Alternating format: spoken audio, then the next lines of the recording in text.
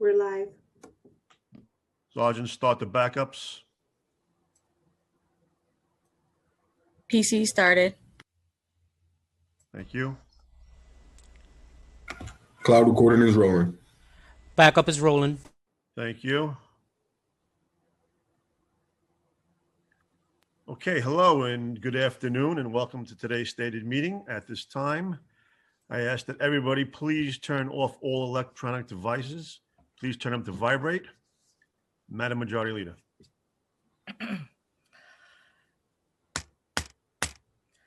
Good afternoon and welcome to the stated meeting of January 28th, 2021.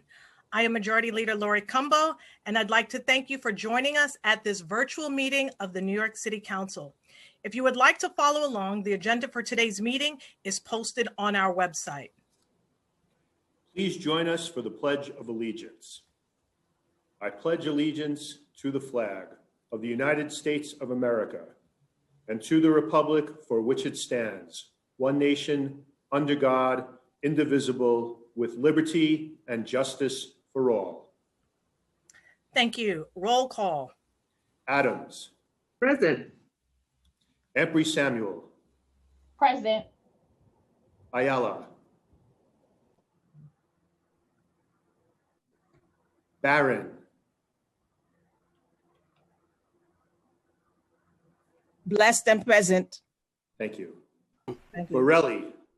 Present. Rannan. Cabrera. Present. Chin. Present. Constantinides. Present. Cornegie. Present. Deutsch. Here. Dharma Diaz. Presente. Ruben Diaz. Presente. Drum. Present. Eugene.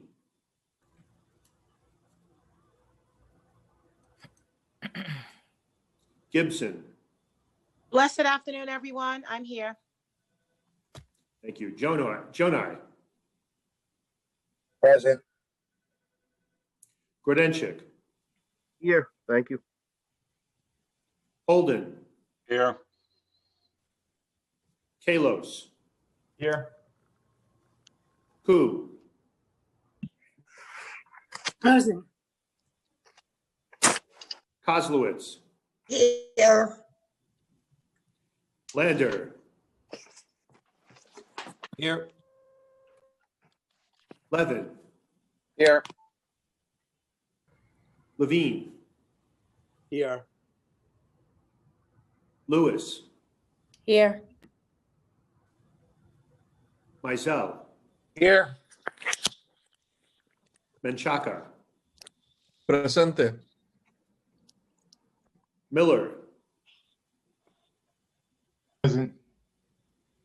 Present. Thank you. Moya. Present. Perkins. Present. Powers. Here. Reynoso. Present. Present. Thank you. Riley. Good afternoon, everyone. Present. Rivera.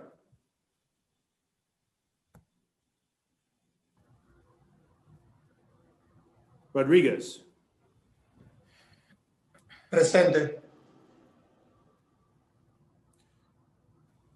Rose. There we go. Presente. Rosenthal. Here. Salamanca. Present. Traeger. Here. Ulrich. Malone. Here. Van Bramer. Here. Yeager. Here. Matteo. Here. Cumbo. Present. Speaker Johnson. I'm here. Madam Majority Leader, we have a quorum. Thank you so much, Mike McSweeney. We will now go into today's invocation, which will be delivered by Dan Rodriguez, Reverend Senior Pastor at Greater Allen AME Cathedral, located at 110-31 Floyd H. Flake Boulevard in Jamaica, Queens. Thank you so much, Reverend Dan Rodriguez, for being with us here today. It's such an honor to have you here at this particular time. You're welcome. You're welcome. Let me just correct that. I'm an associate pastor. The senior pastors are Reverend Doctors Floyd and Elaine Flake. And good afternoon, esteemed council persons, Madam Majority Leader, speaker, staff, security, and friends. You all look great, impressive, strong body. This invocation today is an honor, and I bring you greetings from, again, my pastors, Floyd and Elaine Flake. Let us pray. Most merciful and gracious and holy God, your apostle Matthew declared in your word, where 2 or 3 are gathered in his name, there am I among them. Dear Lord, we pray that you would help our leaders in this new season and help them to govern wisely. Help them to rest in your power and purpose for their lives. Bring them emotional stability, mental clarity, physical endurance to do their work. Heavenly Father, give our leaders grace to do justice, love mercy, and walk humbly before you in all integrity. May they defend the oppressed, protect the virtuous, and discipline the wrongdoers. Please give them the wisdom to enact laws and regulations that will foster an environment where every citizen can flourish spiritually, socially, and physically. We pray that all affected in any way by the COVID virus find comfort and relief from loss, financial hardship, housing, and educational crisis. Empower this body of people appointed leaders today, God, to discern, expose, and resolve equitable paths of solution for your people. God told David in the Bible, the ones who rule righteously, who rule in the fear of God, are like the lights in the morning sunshine.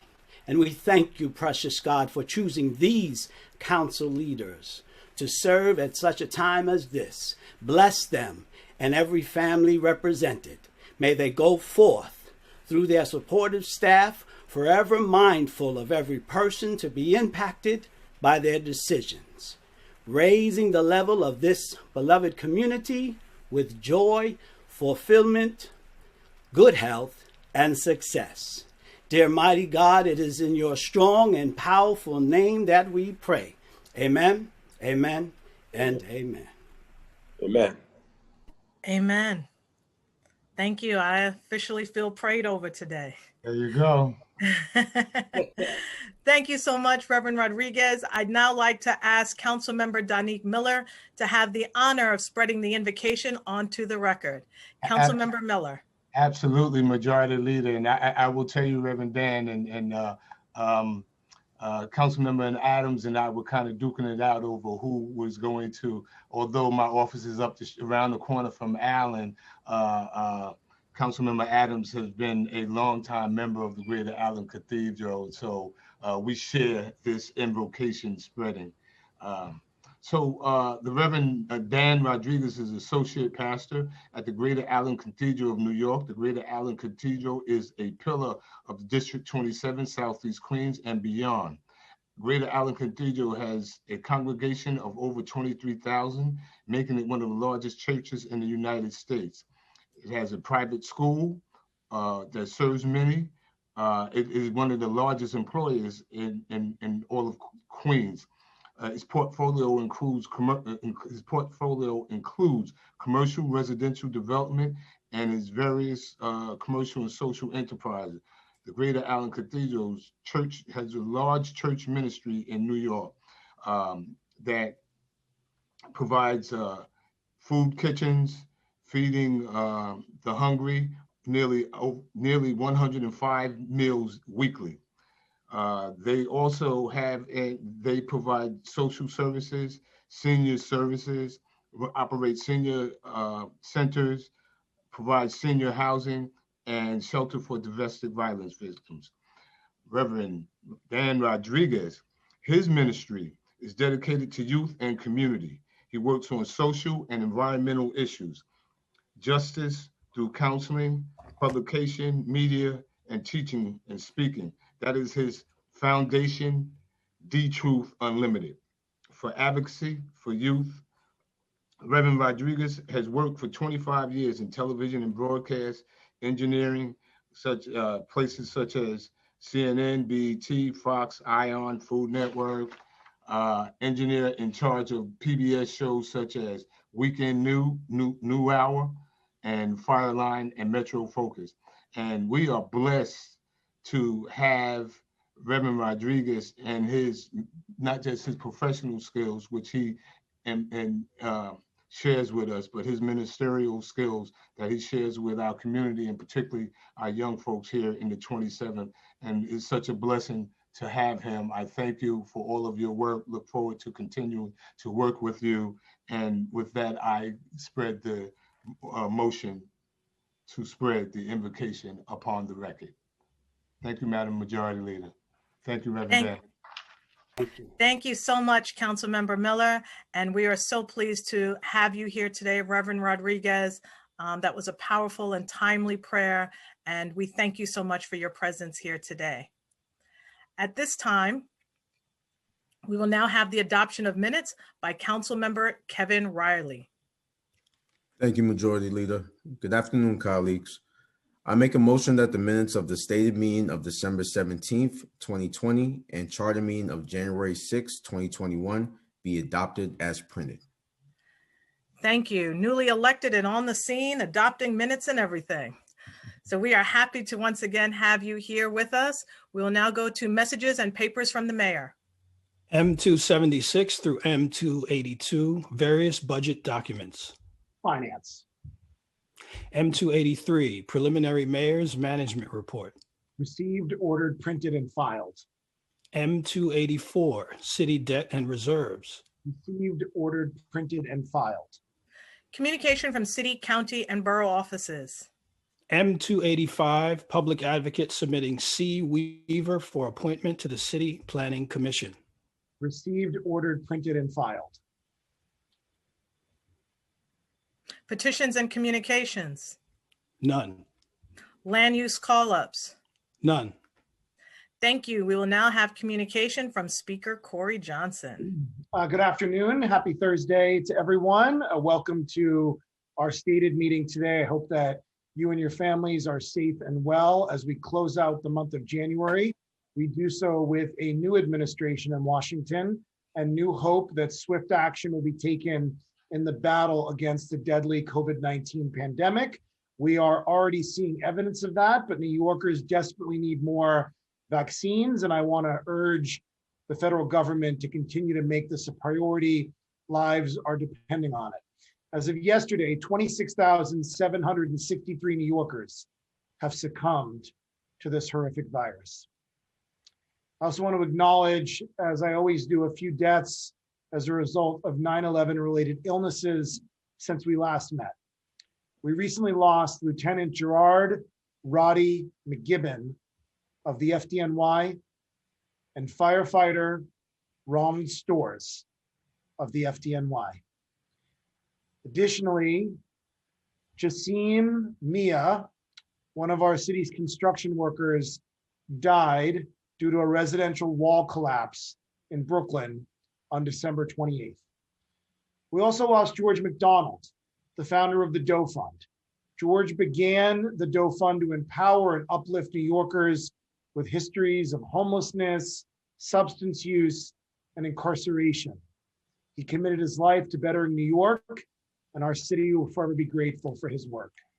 I want to take a moment of silence to remember all the lives that we've lost as a result of the coronavirus, as well as Lieutenant McGibbon, firefighter Stores, Jasim Mia, and George McDonald. We are keeping their families in our thoughts and prayers.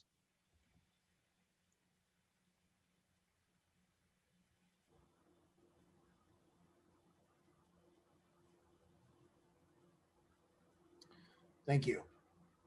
Yesterday marked International Holocaust Remembrance Day, the liberation of Auschwitz, where we commemorated the millions of lives that were tragically lost during the Holocaust.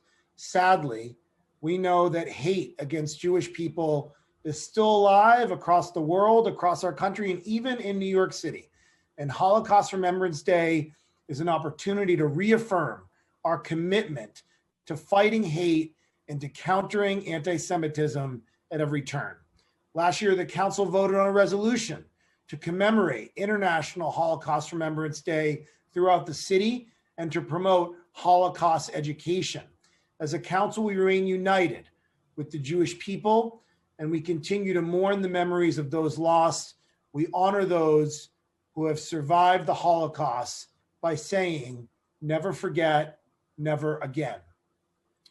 Finally, I want to acknowledge the resignation of Michael Reagan, who is stepping down as a city council appointee to the New York City Board of Correction, the city's independent oversight agency for the jails in New York City. Michael served in this role for 19 years, from December of 2001 until earlier this month when he stepped down. He served as vice chair of the board from 2006 to 2012. And during Michael's tenure, the board played a significant role in monitoring and drawing attention to major issues in city jails, such as solitary confinement, mental health treatment, and suicide. Michael is also a former city council staffer, having served as the director of communications for the council, and we are grateful for his long service to the Board of Correction and to the City of New York. Thank you, Michael. And now on to our agenda. The Land Use Committee will be voting on the following item: 4002 Fort Hamilton Parkway, the site selection of a new 475-seat public intermediary school in Councilmember Brad Lander's district. Moving on to our legislative agenda, we'll be voting on introduction number 2204A, sponsored by Councilmember Darma Diaz, which will extend the deadline for the submission of construction documents related to the city's basement legalization pilot program. Local Law 49 of 2019 established the city's basement legalization pilot program and required applicants to submit necessary construction documents to the Department of Buildings by January 2nd, 2021. The pandemic has made compliance with the deadline difficult and affected DOB's ability to review applications and conduct necessary in-person inspections. To provide additional time, the bill would extend the deadline for 6 months. And I want to thank from the staff, Austin Branford for his work on this. And I want to congratulate Councilmember Diaz on her first bill that is passing as a member of the council. We'll also be voting on 2 civil service bills sponsored by our Civil Service and Labor Chair, Councilmember Danica Miller. Introduction 2161A will create a 9-member board for the purpose of reviewing and issuing recommendations on workplace safety and health guidance that would be issued during public health emergencies, including the current COVID-19 pandemic. The board would hold 2 public hearings to solicit testimony and workplace guidance from relevant employees and stakeholders. It is then required to review the content of any such guidance that agencies have issued to municipal officers and employees, and that private employers have issued to private employers during the pandemic. Recommendations would be made based on their assessment of testimony and submitted guidance, and a preliminary report issued within 1 month of the first hearing. A final report with updated assessments and recommendations would be issued by December 15th, 2021. Introduction number 2162A requires the Citywide Office of Occupational Safety and Health to monitor federal, state, and local occupational safety and health agencies for any guidance they might issue on matters related to workplace safety and public health. Within 24 hours of any new guidance being issued, COSH would be required to deliver the guidance electronically to each agency safety and health coordinator. The newly issued guidance is required to be posted in the workplace, and employees must receive training or education needed to ensure compliance. I want to thank from the staff Nushat Chowdhury for their work on this bill. And I want to congratulate and thank you, Chair Miller, for your really hard work on these two bills. So thank you for making this happen today. Moving on, we'll be voting on two bills related to the city's 3-on-1 system. Introduction number 1420C, proposed by Council Minority Leader Steve Matteo, will require the administration to investigate the extent to which 3-on-1 has been used as a tool for potential harassment. Specifically, the bill would require a study on the frequency of anonymous complaints made to 3-on-1 since 2016 and whether such complaints were more likely to be unsubstantiated than other complaints. The administration will be required to submit a report discussing the findings of the study by December 1st, 2021, and that report will include recommendations. Introduction number 1832B, sponsored by Councilmember Fernando Cabrera, the chair of the committee that voted out these bills, would require 3-on-1 to notify an agency whenever a service request has not been closed within the number of days specified in the agency's service level agreement. When a customer makes a complaint to 3-on-1, the call often results in a service request for a city agency. Service level agreements are commitments that agencies make to respond to a particular type of service request within a certain time frame. This bill would ensure that agencies honor such commitments. And from the staff, I want to thank CJ Murray, Elizabeth Kronk, Emily Forgione, and Jayaspri Ganapathi for their work on these two bills. And I want to thank Chair Cabrera for this. Early voting has begun in a special election in Queens for Council District 24, and the first election in our city to use ranked choice voting. While voter education efforts regarding ranked choice voting are underway, it is important that we ramp up these efforts in advance of the June primaries, when ranked choice voting will be used on a citywide basis for the first time. Today, the council will be voting on a bill related to ranked choice voting education, introduction number 1994A, proposed by Councilmember Alika Ampry Samuel, will require the New York City Campaign Finance Board to take a number of concrete steps to familiarize voters with ranked choice voting. In particular, the bill would require the CFB to conduct a comprehensive media campaign, distribute a citywide mailer, publish educational materials on its website, and conduct outreach in collaboration with community-based organizations in all 5 boroughs. In addition, the bill would require 26 city agencies to post and distribute educational materials provided by the CFB. The bill would also mandate the Civic Engagement Commission include ranked choice voting education as part of its poll site interpreter training. And from the staff, I want to thank CJ Murray, Elizabeth Kronk, and Emily Forgione. And I want to congratulate Councilmember Ampry Samuel, who has been working on this for a long time. Our next bill comes out of the Finance Committee and makes significant reforms to the city's current tax lien sales system. I really, really want to thank Councilmember Adrienne Adams for her tireless work on this legislation. She is a fierce advocate for homeowners throughout our city and knows the devastation that the COVID pandemic has posed for them. Adrienne has been working on this for months, literally, and was deputized to negotiate with the administration on this. And she was talking to members, the mayor's office, the Department of Finance, advocates, homeowners, community boards. An introduction 2166B, proposed by Councilmember Adams, would extend the city's authority to sell tax liens for just 1 year. During that year, the council, the administration, and advocates will form a task force to examine the city's collection of municipal debt so that it can be done in a more fair, effective, and efficient way, as well as considering alternatives to the tax lien sale that would include transferring tax delinquent properties or liens to mission-driven not-for-profit organizations, such as community land trusts. The bill also has provisions to protect eligible homeowners who are facing financial hardship due to COVID-19 from any tax lien sale that may be held this year in 2021. It also makes it harder for homeowners to be eligible for the tax lien sale in the first place by raising the delinquency eligibility threshold by thousands of dollars. And the bill expands eligibility for the Department of Finance's low-income payment plan and tax deferral program, as well as establishes a lower property tax late payment interest rate for mid-sized properties. The bill would mandate more robust outreach to be done by the administration. But in addition to this, pursuant to an agreement between the council and the administration, $1 million in discretionary funding will be allocated across fiscal year 2021 and fiscal year 2022 to be designated to community-based organizations doing lien sale outreach. And from the Finance Division staff, I want to thank Rebecca Chasin, Emery Adev, Ray Majeski, Andrew Wilbur, Nashia Roman, Stephanie Ruiz, and Latanya McKinney for their work in making this a reality. For generations, street vending has been a pathway to financial stability for so many immigrant New Yorkers.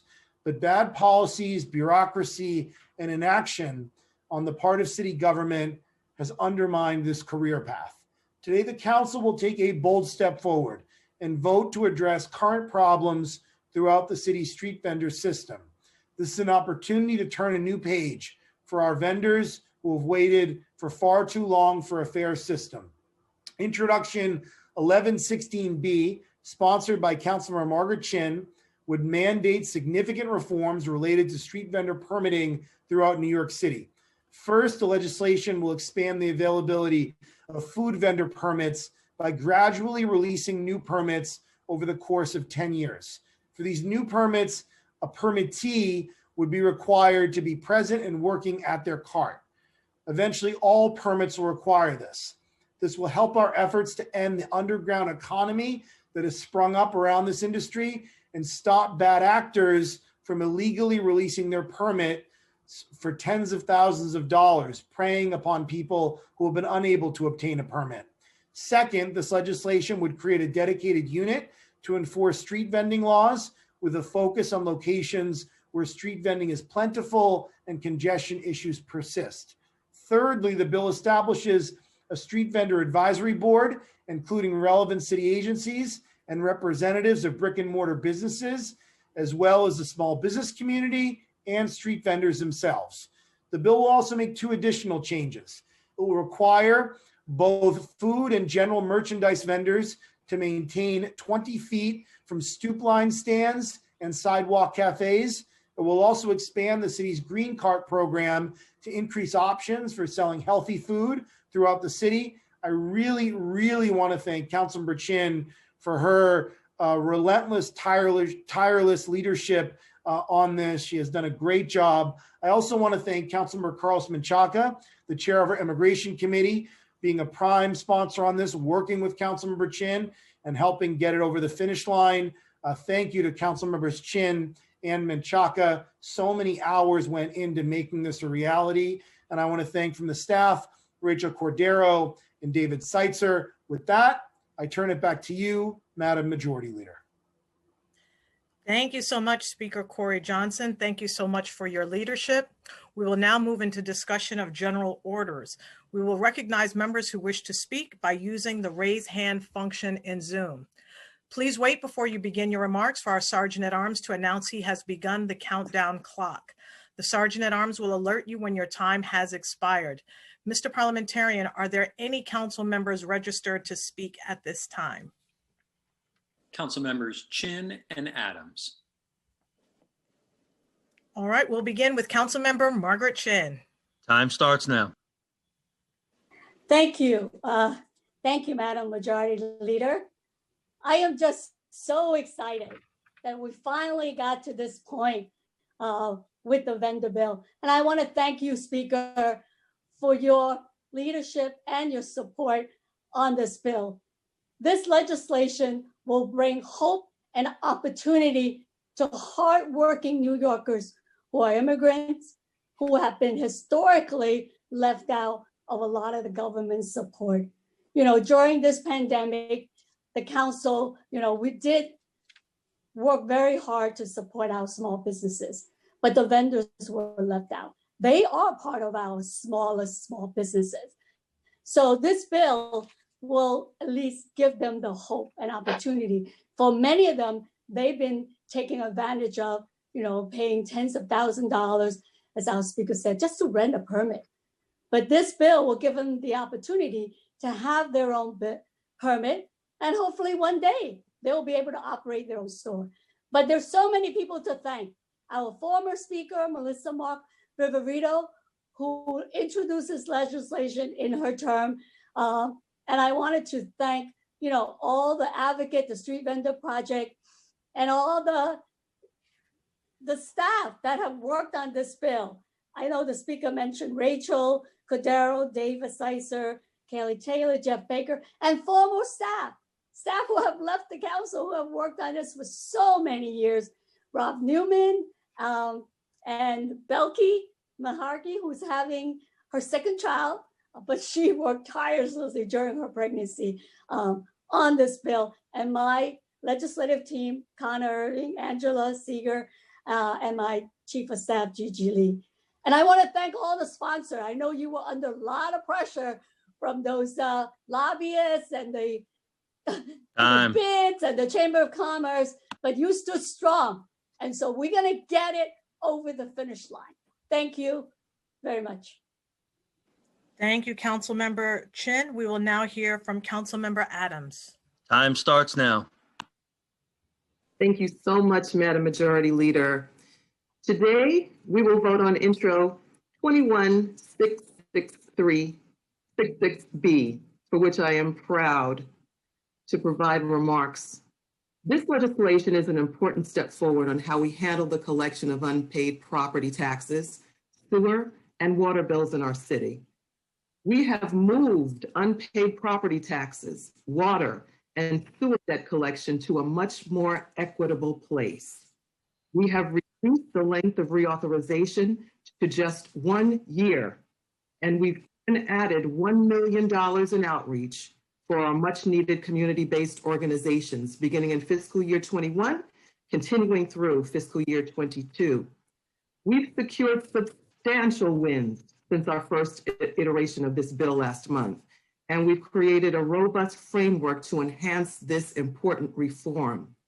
These major steps that will protect vulnerable low-income households in the 2021 lien sale and pave the way for substantial rethinking and replacement of the lien sale in the future. I thank the speaker for his indulgence to make sure that we got this legislation right for the most targeted to lose their home. Communities like mine in Southeast Queens and in Brooklyn. I also want to acknowledge the hard work of all of the advocates that helped us get to this point, and to Attorney General Tish James for her insight. I thank our great finance team, Rebecca Chasin, Ray Majewski, Emery Devin, of course, the amazing Latanya McKinney for their long nights, hard work and dedication. Thanks to our partners on the admin side of the House and my Director of Legislative Affairs, Stacey Yearwood. We have come such a long way with this. And I ask my colleagues for your support of this very important reformative legislation. Time. Thank you very much, Madam Majority Leader. Thank you so much, Councilmember Adams. Mr. Parliamentarian, are there any other members who wish to speak at this time? Yes, there are. Council members Miller, Ampry Samuel, and Menchaca. Okay, we'll begin with Councilmember Miller. Time starts now. Thank you, Madam Majority Leader, and good afternoon to my colleagues. The COVID-19 pandemic was caused by a new type of coronavirus, which spread in late 2019. Because it was unprecedented virus with a rapid rate of transmission, guidance on how to prevent this viral spread changed rapidly. As we learn more about this new disease, the World Health Organization issued guidelines, sometimes different from the CDC and sometimes different from the Health Department and OSHA. Sometimes too much and oftentimes not enough. Essential workers, our hospital workers, delivery workers, and our New York City municipal workforce were not given proper information oftentimes. Oftentimes, in fact, tell me now when I vote. We were told, I was told by the city that when these guidelines were given, that they had too many agencies to manage and did not have the capacity to in real time disseminate information to keep our workforce safe. And so the speaker gave us the technical aspects of the bill. I'm going to tell you the whys, and that is it. That oftentimes when our workforce did not get PPEs, and it was this council that advocated on behalf of our municipal workforce, EMS, transit, and so many others that make our lives seamless, they weren't given the proper instruction. This wasn't posted, notified, and they weren't properly trained in how to utilize these PPEs. We sought out to rectify this, and we wanted to do it in time to address the second wave. And clearly we are there now. So this is timely. I want to thank the speaker, Jason Goldman, and his team for doing so. But I just also want to mention that the timeliness of this is so impactful. So thank you. I ask my colleagues to support 2161, 2162. This is important. It will support our municipal workforce that makes our lives so seamless and protects our city. Thank you, Madam Majority Leader. Thank you so much, Councilmember Miller. We'll now hear from Councilmember Alika Ampry Samuel. Time starts now. Thank you, Madam Majority Leader. Yeah, quickly, New Yorkers went to the ballot in November of 2019 and voted to implement ranked choice voting in the city of New York. So it's the law. And in February of 2020, I stood in front of the Board of Elections to discuss the need for voter education funding related to ranked choice voting. And there are concerns about whether the Board of Elections can even carry out the functionality of ranked choice voting. But Intro 1994 is not about the functionality of the system or the mechanics. This bill is directly related to the duties of the Campaign Finance Board having a community education plan and holding government responsible for what is in their scope of duty. This bill codifies work being done and holds the city overall responsible for education and outreach to voters, ensuring that we are in compliance with basic voting rights. I want to highlight just 4 components of the bill. The first point requires the CFB to conduct a citywide media campaign to familiarize voters with ranked choice voting. And the campaign shall include ads published in community and ethnic media outlets. Again, publications should be included in advertisements in ethnic media, which is the key to reaching all New Yorkers. The second point I want to talk about is the requirement to distribute a postcard explaining ranked choice voting to each household in New York City, in which there is at least one registered voter. A postcard is simple and clear and will not get lost in the usual CFB voter guide. The third point I want to state is that the CFB shall produce educational materials in large print editions made available to the Department for the Aging and for those visually impaired. The last point I want to stress requires that the CFB collaborate with community-based groups in all 5 boroughs, such as civil rights organizations. And can you just give me 1 more minute? Because I see my time is running out. Thank you. Or to make sure that we reach out to community-based organizations that have a direct focus on civil rights organizations, disability rights, organizing around public housing residents, thus our NYCHA residents, and organizations that serve categories of residents that are underrepresented among those who vote, and organizations serving voters who are limited in English proficiency, including voters whose primary speaking language, who speak languages other than English. So in order for us to make this work, we must collaborate with CBOs who are on the ground in direct contact with voters, especially now during a pandemic. It takes a village. So as usual, I'm all about common sense legislation and making sure we are reaching out to people, in particular communities who have been historically ignored, neglected, and where we have seen the most disparities and disenfranchisement. This will allow for intentional focus on the RCV process and ensure that we get it right in New York City and have successful elections moving forward. So I just want to thank everybody who played a part in finally see this. I thank my colleagues in the BLAC, the co-sponsors on this bill, Common Cause, Susan Lerner, Rank the Vote NYC, along with the Brooklyn NAACP, and of course, CJ Murray for your help in this piece of legislation. Thank you all. Thank you, Councilmember Alika Ampry Samuel, and we'll now go to Councilmember Carlos Menchaca. Time starts now. Thank you, Majority Leader, and hello to my colleagues. I come with incredible gratitude today the street vendor bill is something that will be incredibly transformative to a community that has been building power and voice in our city, a community that has been the legacy of our incredible city, past, present, and the future. A special thanks to Councilmember Margaret Chin and Speaker Corey Johnson. You know, without the speaker coming in and ensuring that this had a path to victory, we would not be here today. Without his courage to stand up and be with our communities that have been suffering, we would not be here today voting. And so a special thank you to the speaker and his entire team for ensuring that we had this moment. Melissa Mark Viverito, a previous speaker, also was a massive champion.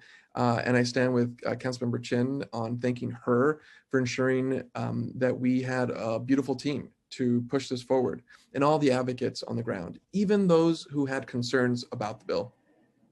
It's been almost half a century since the council has done anything positive for street vendors. This is the kind of relief with an enforcement system that will bring that. I want to recommit ourselves as a council to ensure that we keep doing these legislative fixes and budgetary opportunities for those impacted by COVID. They are the communities that we must focus on, because whether it's Fifth Avenue hot dog stand or a taco truck in Sunset Park, this is a vibrant part of our community. Our street vendors are on the front lines of our pandemic, and they are feeding our city. They are small business owners, many of whom were left out of state and federal emergency aid. Street vendors also tell a beautiful American dream story of those who started on our streets and then owned their own brick and mortar. That's the kind of power that we are now enforcing in this bill. And I'm just so excited that we're here today with just so much gratitude to this council for standing up and making this happen. I'll say more in my next vote, but I just want to say thank you to everyone. Thank you so much, Councilmember Menchaca. Are there any other members who wish to speak at this time? I see Councilmember Darma Diaz. Correct. That's the last one. All right, I'm going to be as quick as possible. Thank you, Speaker, for allowing me to bring this bill. Adams and Brander, my predecessor, Espinal, as an advocate that worked on this for 6 years, is really a big deal for me. As a housing advocate since the age of 7 is tremendous. As a young mom that experienced homelessness and lived in a basement apartment and had to deal with backup sewage and an undesirable condition, it's also a big deal for me to know that I'm a part of this process with you all of making better opportunities. As someone that spent 13 years working with the homeless population, I have plenty of horror stories. So I thank you all for supporting this pilot program. We're starting with 9, and I'm hoping at the end of our process that New York City as a whole can benefit from this. Again, thank you. Holding back emotions as I'm listening to you all into the bill. I was 19 and a half, and I was homeless and dealt with this. So this is just tremendous, and it being my first bill just solidifies my fight is real, and I'm humbled, and thank you all for supporting it. That is all. Thank you.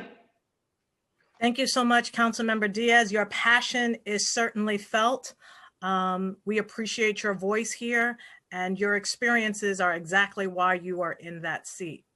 At this time, I would just like to also present, I have a tremendous amount of respect for Councilmember Alika Ampry-Samuel, and we spoke at length about 1994A, and just want to share some of my concerns. I also am very passionate about this issue. I believe that this bill, as it pertains to ranked choice voting, is the absolute right bill, but at the exact wrong time.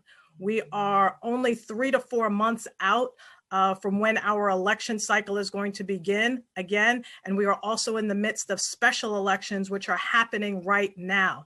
And so an education plan such as the one that Councilmember Alika Ampry-Samuel outlined would have been appropriate and appropriately passed in 2019 or even early 2020. We are in the middle of a pandemic, Schools have been closed, restaurants have been closed, senior centers closed, nursing homes shut off from their loved ones and family and friends, houses of worships have been significantly reduced, if not many have all been closed. We have seen many measures taken throughout this pandemic for life and death safety precautions. And it's important that we recognize that many of the ways that we have traditionally reached voters, particularly communities of color, particularly seniors, particularly those with language access challenges, have been through those exact mediums. And it's important that we recognize that an educational program at this final hour, as we all know, cannot be done effectively. It cannot be done safely. And with the budget issues that this city is facing right now, where we are all scrambling for resources for food pantries, this money, this time, this energy and resources would be better spent in a postponement of this particular ranked choice voting rollout. I also want to add, when we did the census, we spent $40 million in preparation for a census rollout. We are only spending what I understand to be $2 million for ranked choice voting. We also know that the language is also disenfranchising so many people. We know that it will only be presented language in 5 languages, and language speakers that speak Russian, Haitian, Creole, Arabic, Yiddish, Polish, and French are not going to have that education so that they can make the best decisions for their communities. And when I think about so many Black voters who were critical in this nation's recent election, we know that for so many of those Black voters here in New York City, according to the New York Urban League, 40% of Black residents do not have either or home or internet access, which would be another form of the ability to educate. And let's think about what the ballot is going to look like.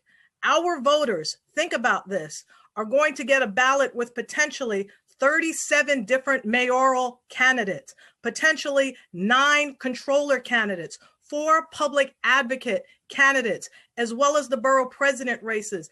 I understand that there are over 20 candidates running in some city council races.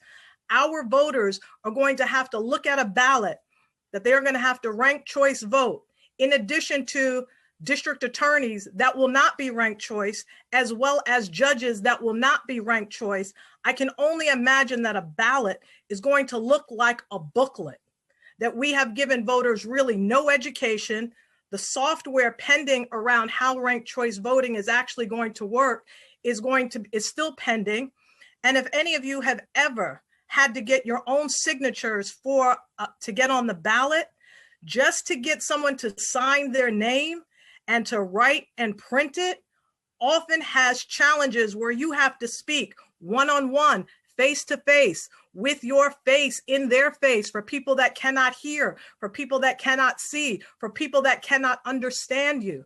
So we are going to be putting our voters in a very precarious and dangerous situation.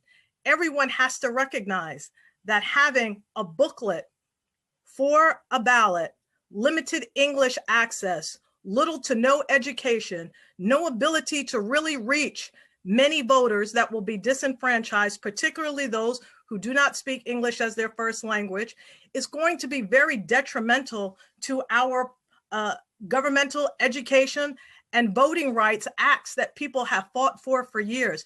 And I'll just close with saying this. We so often want to compare ourselves to other cities, like San Francisco's doing it, this city's doing it. But when you look at San Francisco, their African-American population is now less than 6%. Their Black population has dwindled and has rapidly declined over the last 3 decades. And so when we look at those numbers, do we really want to be like San Francisco? Do we really want to emulate the practices that they are putting forth? These are issues that we really have to think about. And ranked choice voting was set up in order to elect new kinds of voters. But I'm curious as to who those new kinds of voters and voters of color are. When we have an attorney general who's African-American, excuse me, I'm going to come to a conclusion right now. when we have so many people of color, even in this body, our first African-American everything, it's really challenging to see that this process is going to be put forward in a way that is going to disenfranchise our communities. So I just want to be on record at this point. It's something that's very passionate to me from an ancestral place, and I'll just close with that. Thank you. Madam Majority Leader, there are two other council members who wish to speak on general orders. Again, items that we will be voting on today. Council members Rodriguez and Reynoso. Time starts now. Councilmember Rodriguez. Yes, thank you. And Council Member Majority Leader, I'd like to speak around the street vendors bill. As everyone know, I've been in the front line working with Councilmember Chin, everyone who care for the street vendors and small businesses. I support the bill as something that, for many years we've been working with the street vendor projects. I just want to bring to the attention that enforcement is critical, that we still have to look on how to stop the level of exploitation of some people that are in the black market.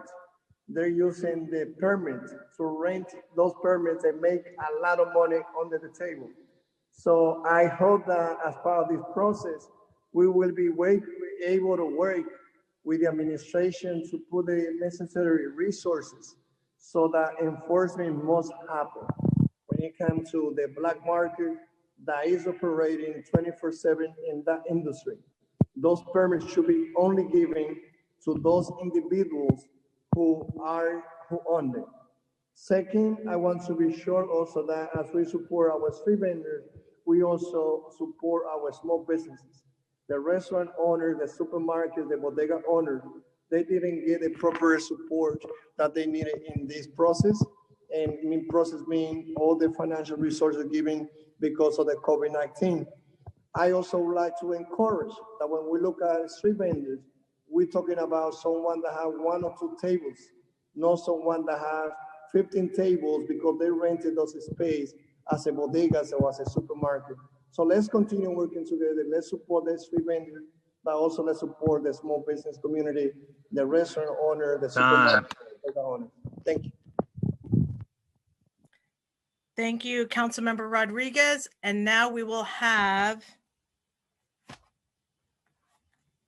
is there another member signed up to speak? Councilmember Reynoso, followed by Councilmember Ku. Councilmember Reynoso and then Councilmember Ku. Time starts now. Thank you, Madam Majority Leader. I just wanted to speak related to the tax lien bill that we will be voting on today.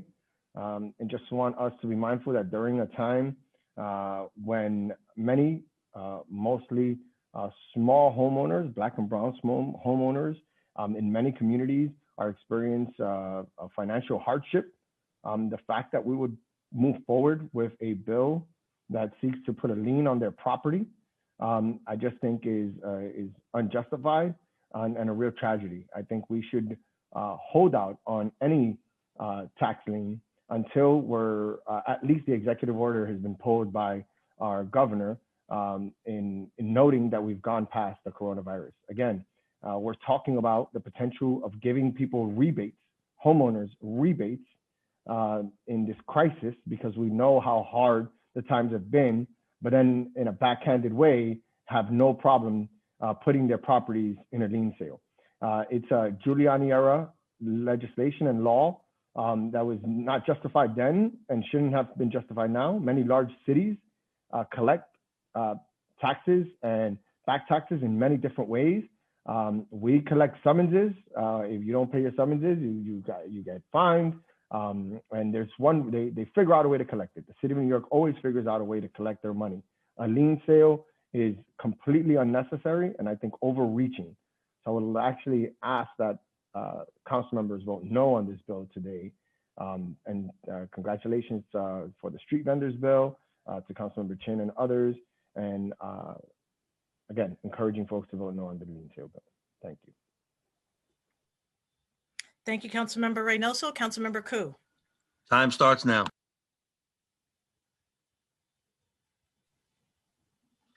Street vending has long been an issue in my community in Flushing. It got so bad that I had to pass a law to completely restrict vending in congested areas. Over the last years, those areas have still been overrun by vending, but it's been literally ignored by every city agencies tasked with regulating them.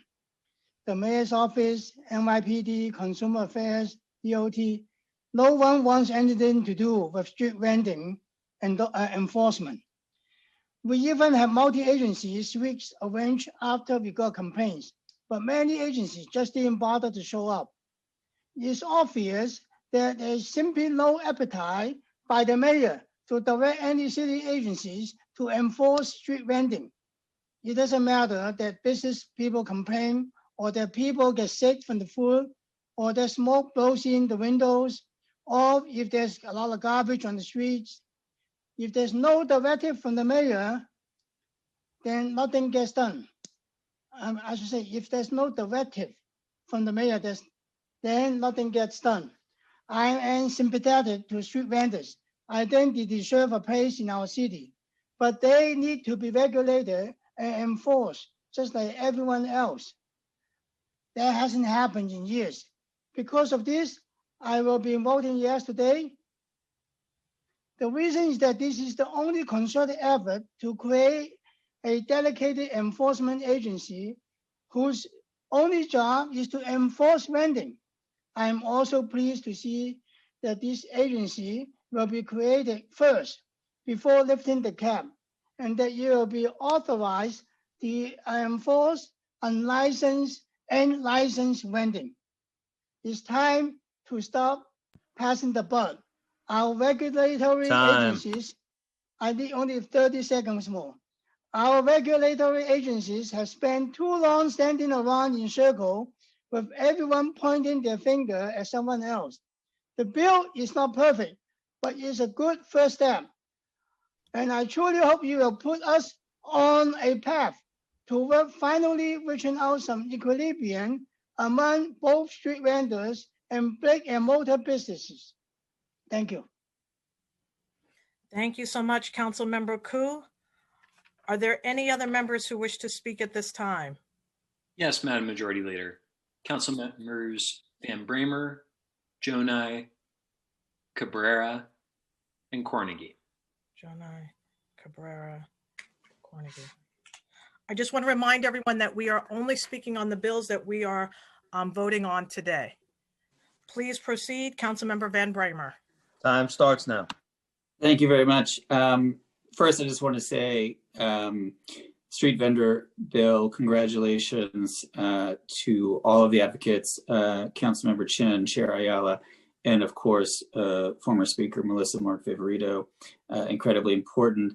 And while I have great respect for Councilmember Adams, who did amazing work on the tax lien sale issue, I want to echo and associate myself with the comments of Councilmember Reynoso and say that I'll be voting no, because this is still a problematic and even predatory model that harms people, and particularly the most vulnerable, and to do so and continue it in any way, shape, or form, particularly during the pandemic, is something that I can't support.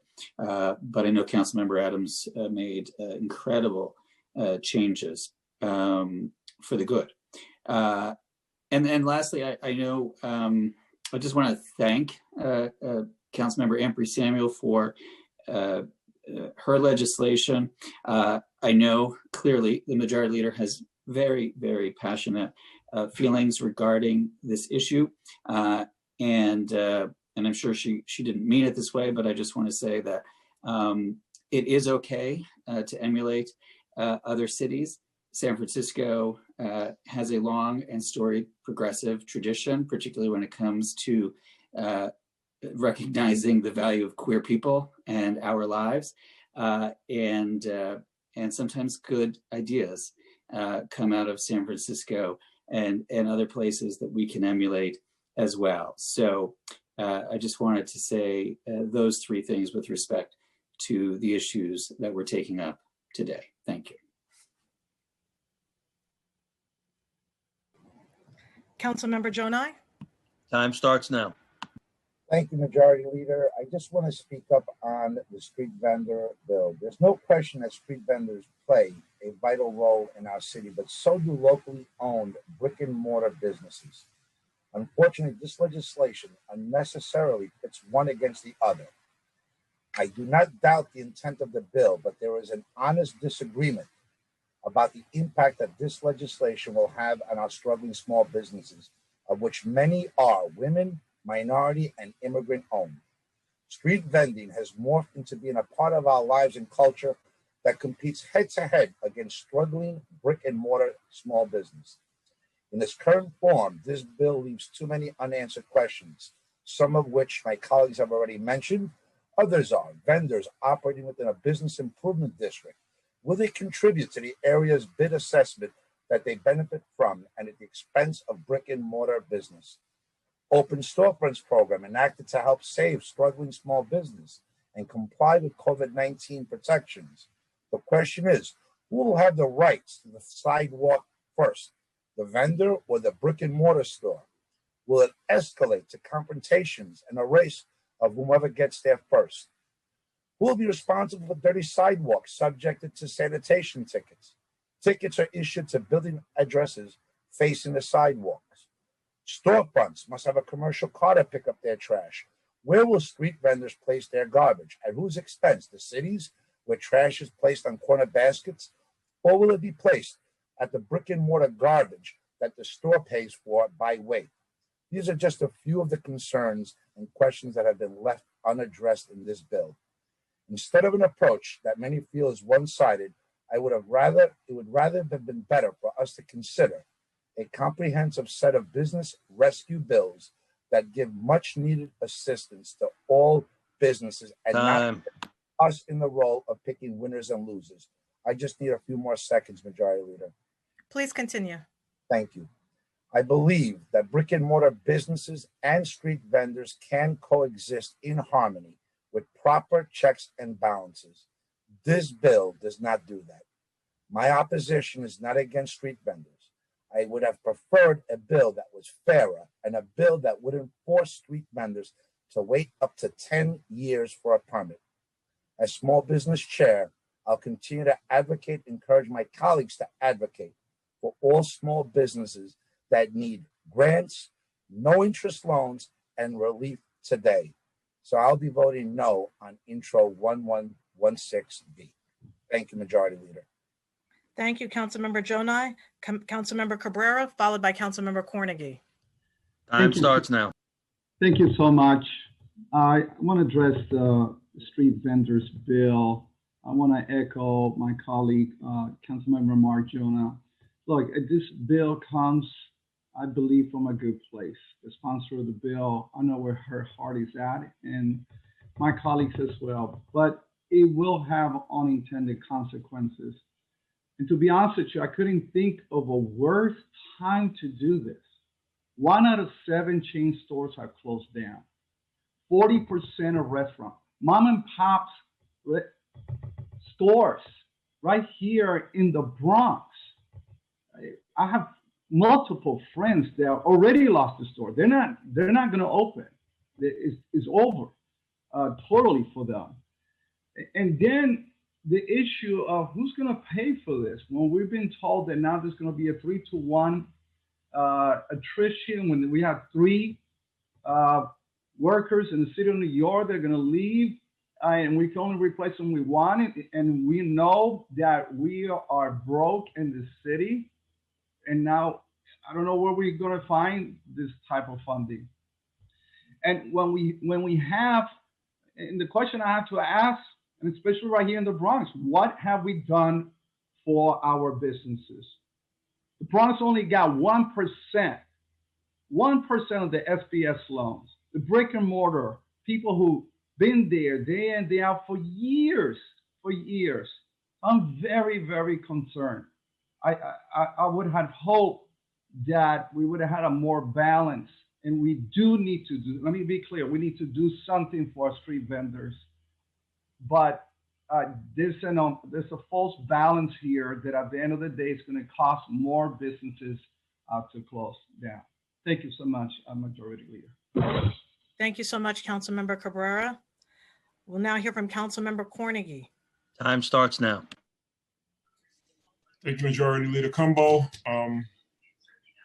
I started to have a conversation about the street vendors bill, and then I heard Lori speak, and we cannot negate the fact that African American communities across this country have had a history of being disenfranchised from their vote, and I think glossing over that really is a problem for me. And while I agree that the implementation or the ranked choice voting is here, and we should pay close attention to it, and we should educate our folks, just glossing over the idea of that there's not a real issue around this. I mean, the federal government, for Christ's sakes, had to weigh in to make sure that our vote was protected as far as up north.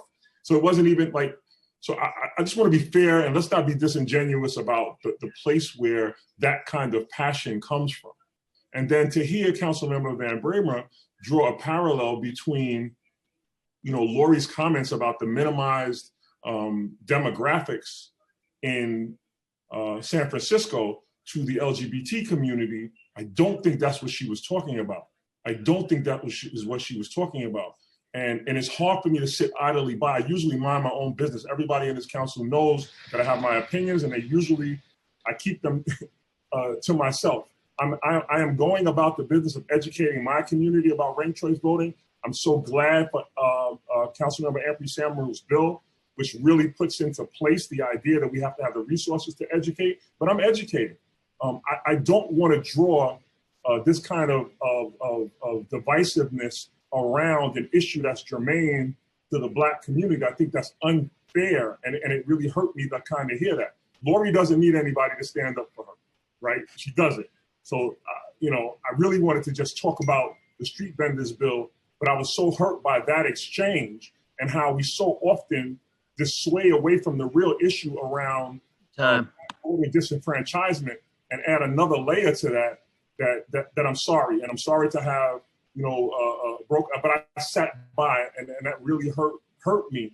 And so, Lori, I know you don't need anybody to stand up for you, but I think that it's important that there's a context by which that passion around ranked choice voting and the disenfranchisement of the Black vote is important that we don't gloss over that. I'll leave my comments around the bill to my vote. Sorry. Thank you, Councilmember Cornegy. Are there any other members that wish to speak at this time? Yes, Councilmember Barron. Councilmember Barron. Time starts now. Thank you, Madam Majority Leader. I just want to talk briefly about 4 of the bills that we're voting on today.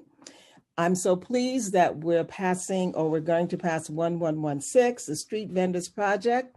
We've been working on it for many, many years. Former Speaker Melissa Mark Viverito and many members of that group, including my husband, who was one of the prime sponsors, worked very diligently on that. And I'm glad to see that, particularly at this time, we're going to give them an opportunity to be able to engage in an economic platform that will help sustain them. In terms of Bill 2206, the basement legalization, I'm so glad that that's being extended as well. Councilmember Lander and I spent many hours talking with the administration about how we could strengthen that and make sure that we could expand that. And we're pleased to see that that's moving forward.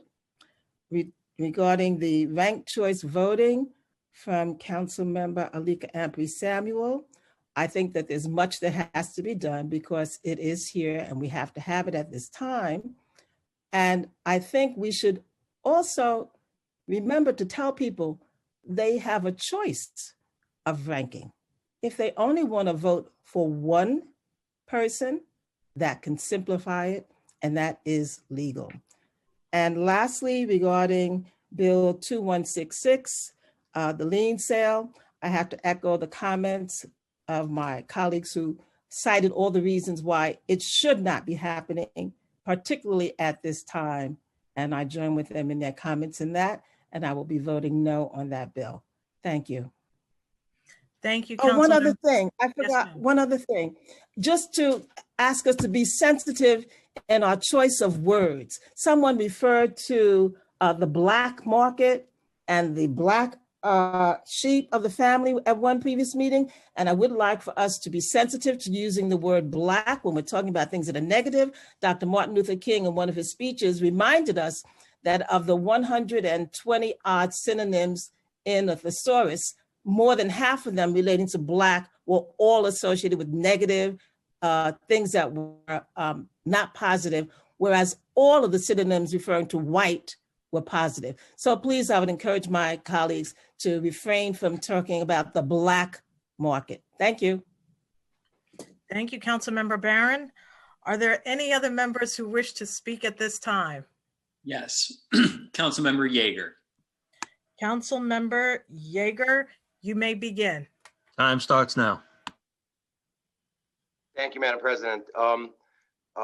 There are a number of bills that I support, and I'm grateful to my colleagues for introducing them and for moving them to the floor today, and many of them for the reasons that were stated earlier, so I'm not going to revisit that. I would like to talk about introduction 2166, the lien sale bill, and I want to make it very clear, and it ought to be said before we vote. If we do nothing today on this topic, there will be no lien sale this year, or next year, or the year after that, period. So the idea that we are doing reforms, unquestionably, this bill has reforms that the previous versions of this law did not have.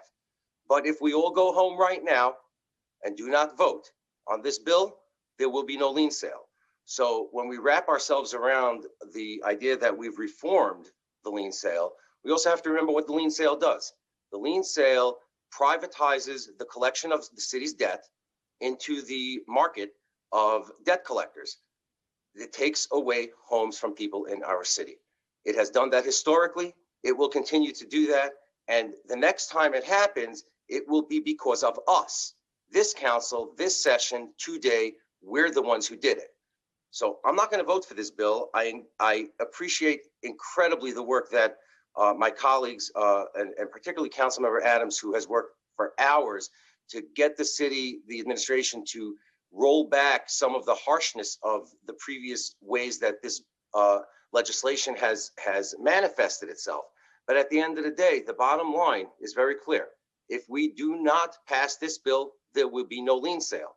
And so with that, I urge my colleagues, please stand up today, vote no on 2166, end this misery that's being inflicted upon our communities, and let's not have this lien sale this year. This is not the time for it. Thank you very much, Madam President.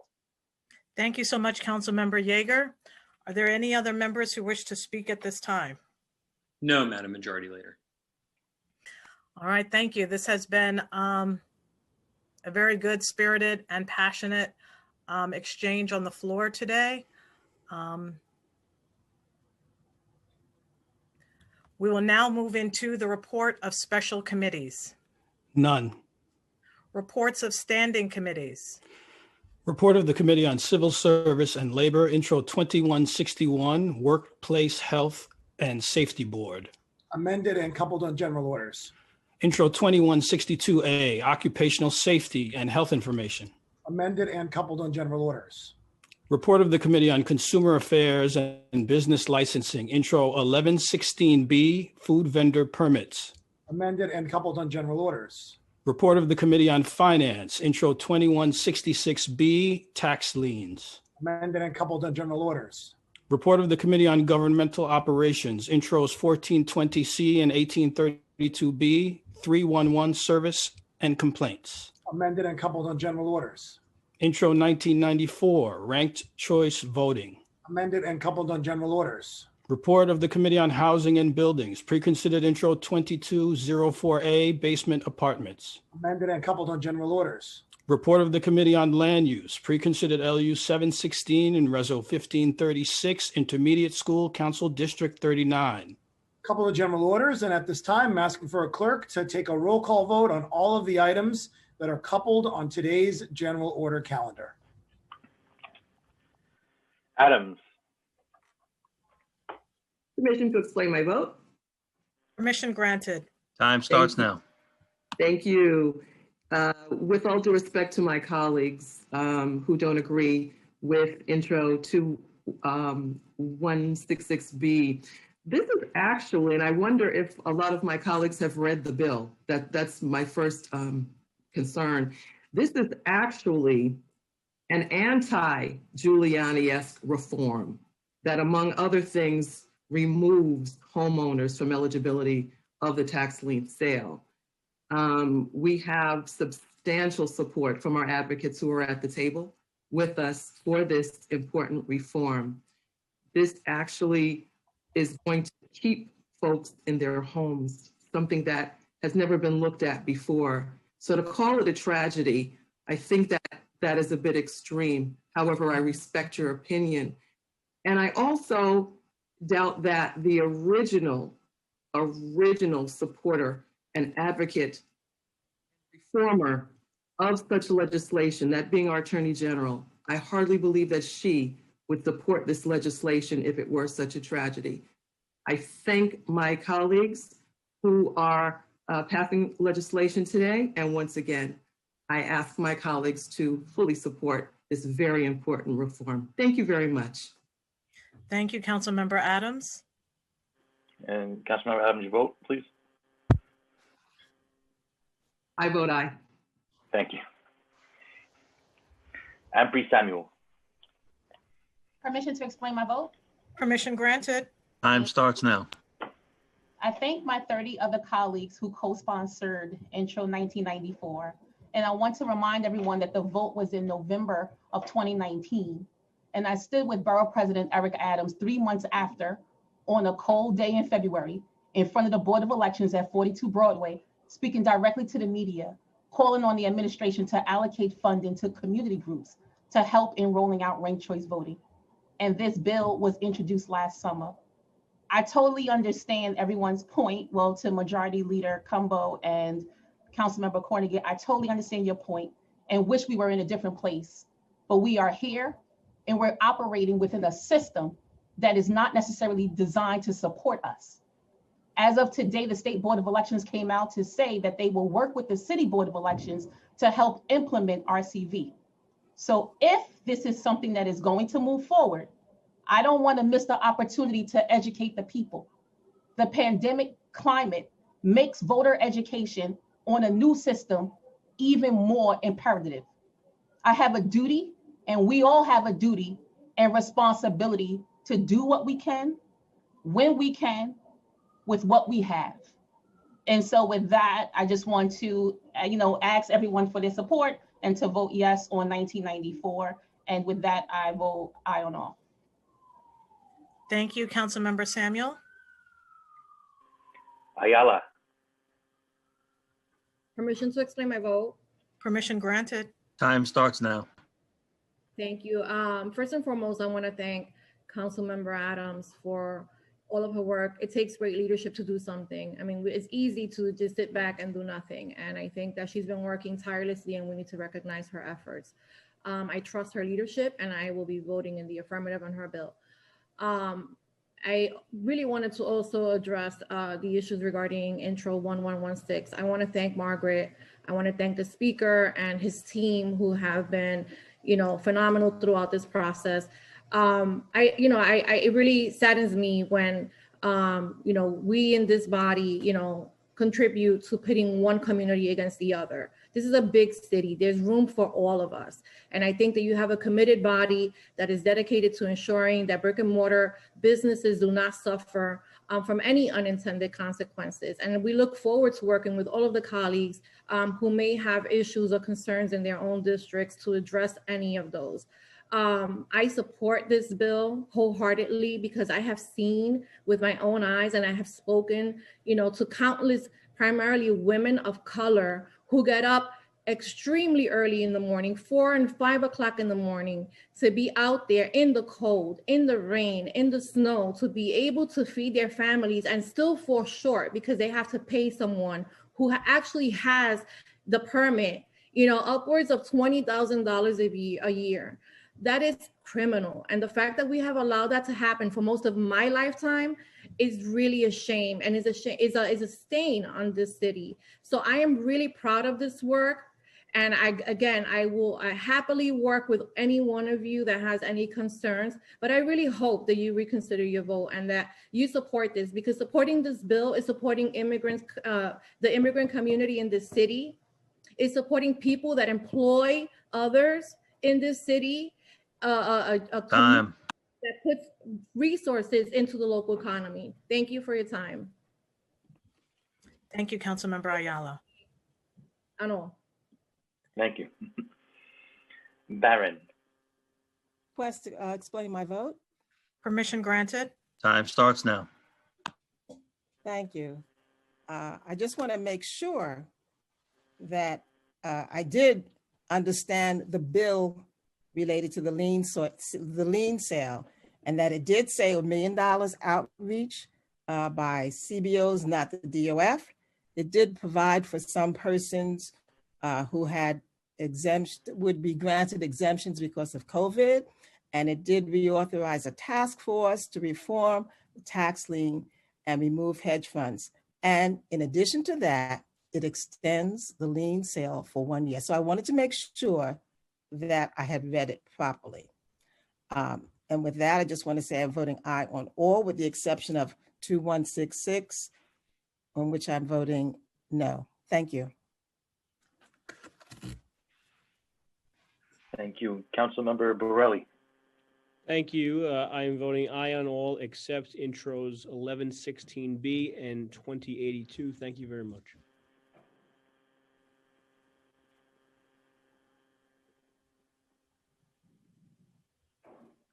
Brannan.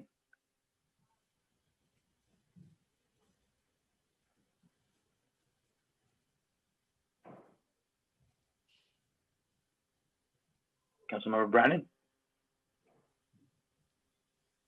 We'll come back to Councilmember Brannan. Okay. Cabrera. Permission to explain my vote. Permission granted. Time starts now. I'll be very brief. I just want to lend support to my colleague, Councilmember Anthony Samuel. Look, I stood also before you all with Councilmember Miller and the BLAC. We stood against ranked choice voting, but we have to deal with the realities, not a situation that we don't, a reality that we wish we had. So within that context, it just makes sense for our community to be properly informed and just not take away any arguments that have been made here.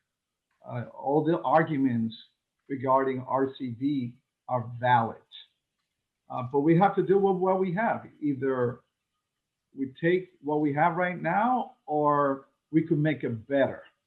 Not an ideal, but better. And so with that, I'll be voting aye on all, with the exception of 1116B and 2166B. Thank you. Thank you, Councilmember Cabrera.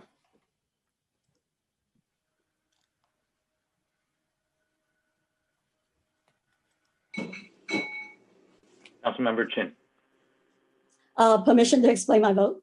Permission granted. Time starts now. Thank you. I think to my colleague, in the city council, we have worked very hard to support our small businesses, and street vendors are also small businesses. And we have to give them the hope that they can prosper. And I think that, colleagues are concerned about enforcement. This bill will start to address that. It's not a perfect bill, but it's a beginning to organize this chaotic system that have existed for so long in our city. New York City is on our way to recovery, and we have to include everyone, and we have to work together. There are great examples of vendors working together with more, brick and mortar business. They bring customers to each other. So we have to see that is what's going on out there too. And I also wanted to, congratulate my colleague, April, Samuel, Miller, and Adam for this important legislation that we're voting on today. And Chair Ayala, I'm so glad that you're chairing the committee so we could finally getting out the vote out. And also to Jason Goldman for your guidance and support, to get this to the finish line. And also all the advocates, all the vendors and street vendor projects leadership, Mohammed, Rena, Matt, and all those marches and rally in the heat and the cold, all these years of hard work. Let's get this over to the finish line. And I really urge my colleague to really support this legislation. And I'm proudly to vote aye on all. Thank you. Thank you. Councilmember Borelli. I apologize for having to change the vote. I said the wrong number, and I don't want the wrong council member to be mad at me. So I'll be voting aye on all except 1116B. And now I'll be voting no on 2204, which is from Councilmember Powers. I just want to make sure he knows that. Thank you. Thank you. Councilmember Brannan. Hey, can you hear me? Yes, sir. Okay, I vote aye on all. Thank you. Constantinides. Madam Majority Leader, may I be allowed to explain my vote? Permission granted. Time starts now. Thank you for that opportunity. I will be voting aye on all today, but I am going to express some of my concern with the administration and the administration shrugging their shoulders too often at small businesses. I know of two brothers and a sister who came from Croatia, who worked hard, worked 3 jobs to open a restaurant.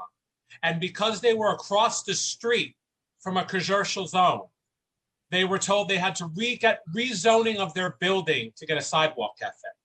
And that would have cost them $50,000. I know of a small business in my district where they're not able to do right in front of their building outdoor dining. And everyone from DOT and in this administration shrugs their shoulders at them. And yet this business and their employees are in danger of closing. So today I'm glad to support 1166 and support our street vendors. But I hope this administration is not going to continue to shrug their shoulders and continue to leave small businesses in a bad way at a time where we need to find solutions and not just say, well, this is the way things are. Asking $50,000 for a sidewalk cafe to have their building rezoned.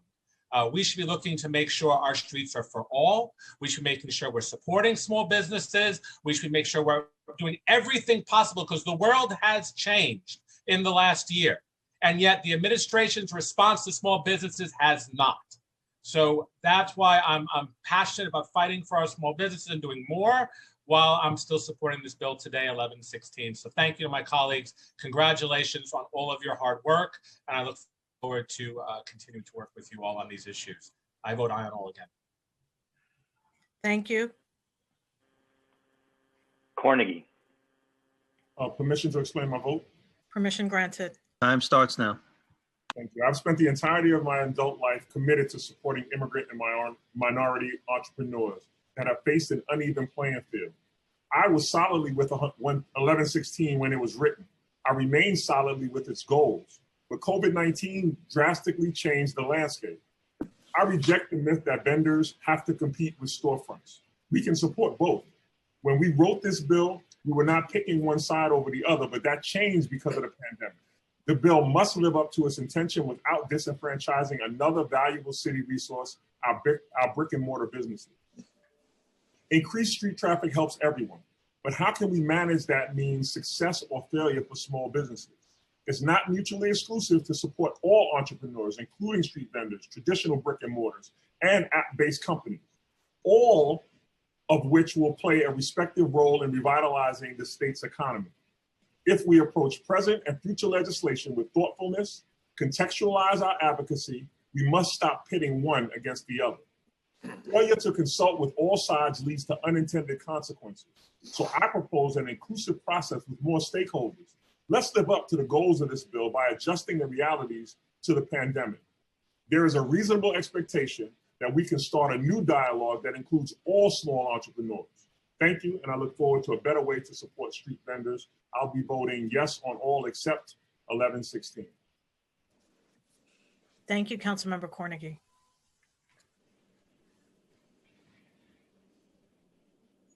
Deutsch. Mission, Majority Leader, to explain my vote. Permission granted, Councilmember Deutsch. Good to see you. Time starts now.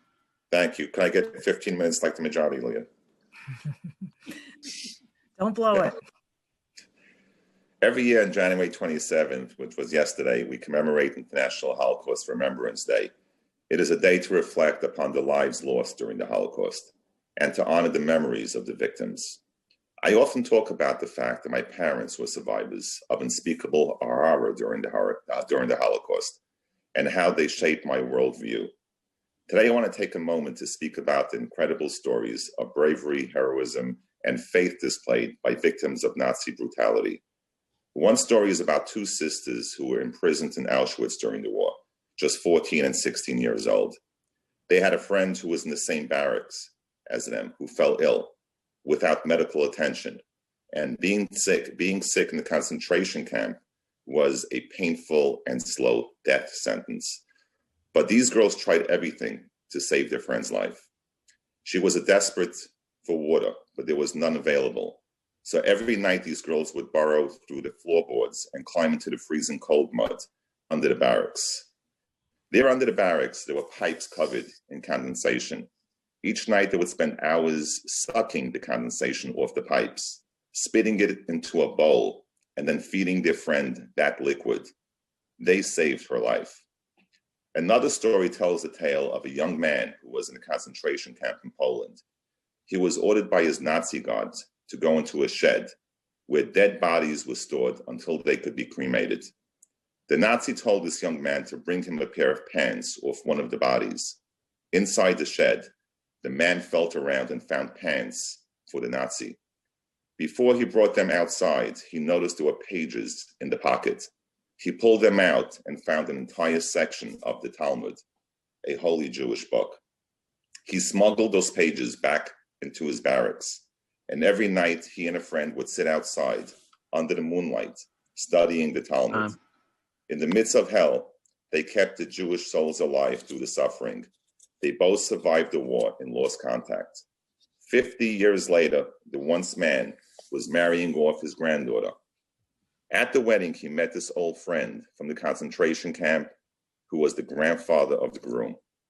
Finally, I want to share a story of another young man in Auschwitz. He was only 15 years old, and he was assigned to work in the kitchen.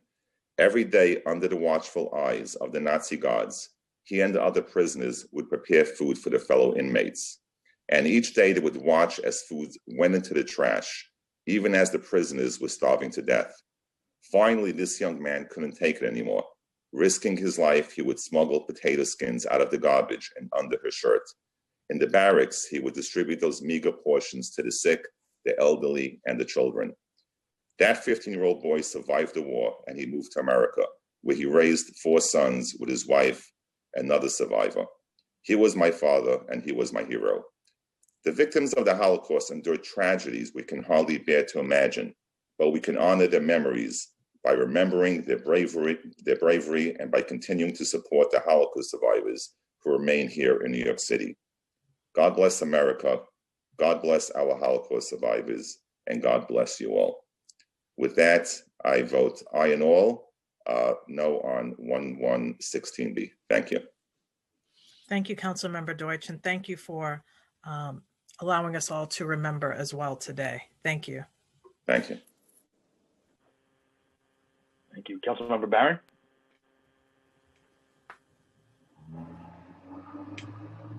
Yes, sorry, I sent a note. That's for general discussion. Okay.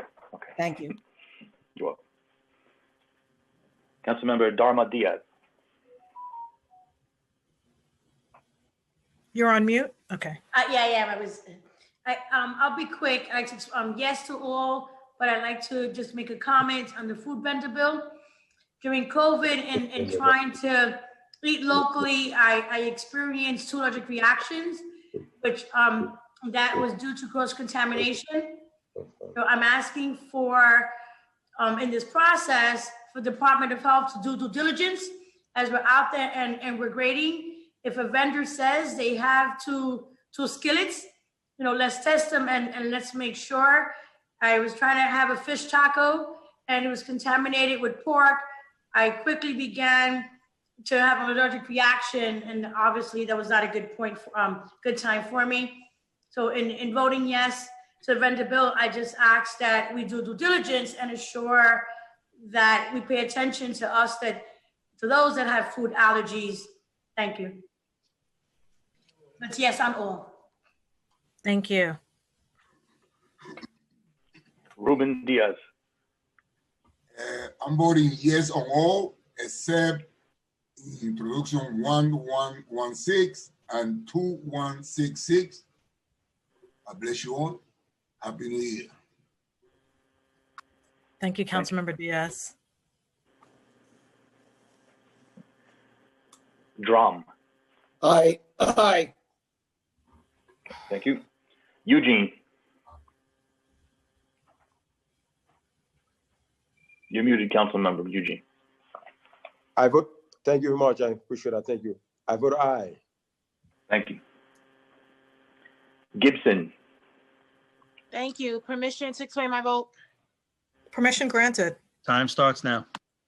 Thank you, Madam Majority Leader, and good afternoon, colleagues, Speaker. This has been a very long stated, but I have appreciated all of the comments about the bills on today's agenda. I definitely want to commend the work of Councilmember Adams and all the advocates and our Attorney General for really putting together a much better bill that we can support. I'm proud to support that bill. And Councilmember Samuel, thank you so much for your bill as well. And all of my colleagues, I wanted to speak very quickly about the street vendor bill.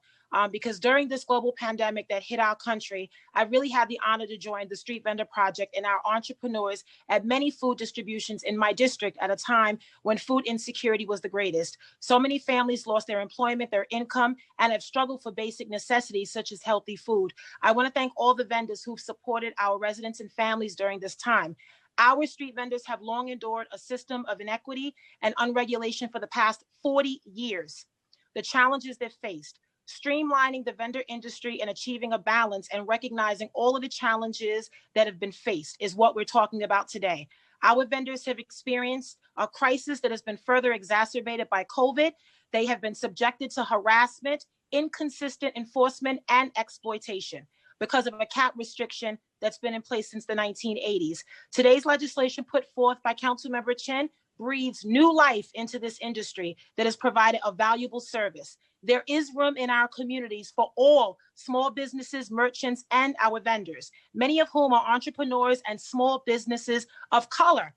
This legislation is a great step forward to begin a process to gradually increase the number of food permits issued.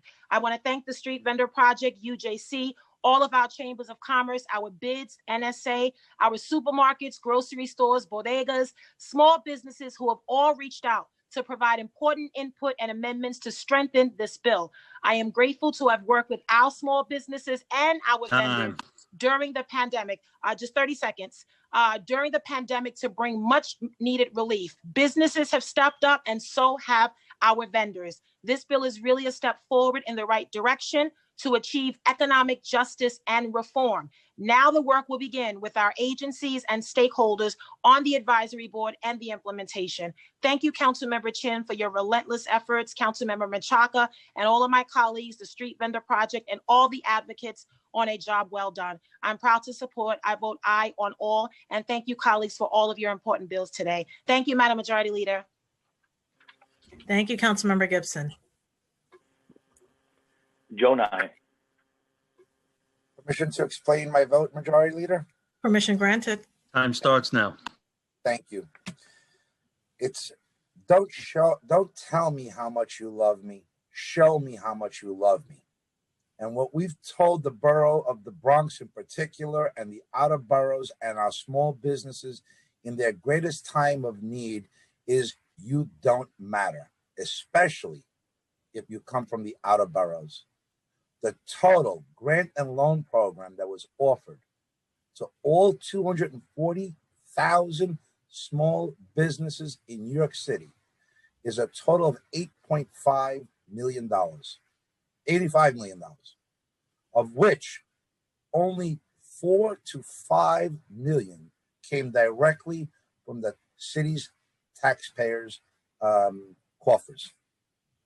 The total equates to $350 per business, not enough to even pay the utility charges for many of our small businesses.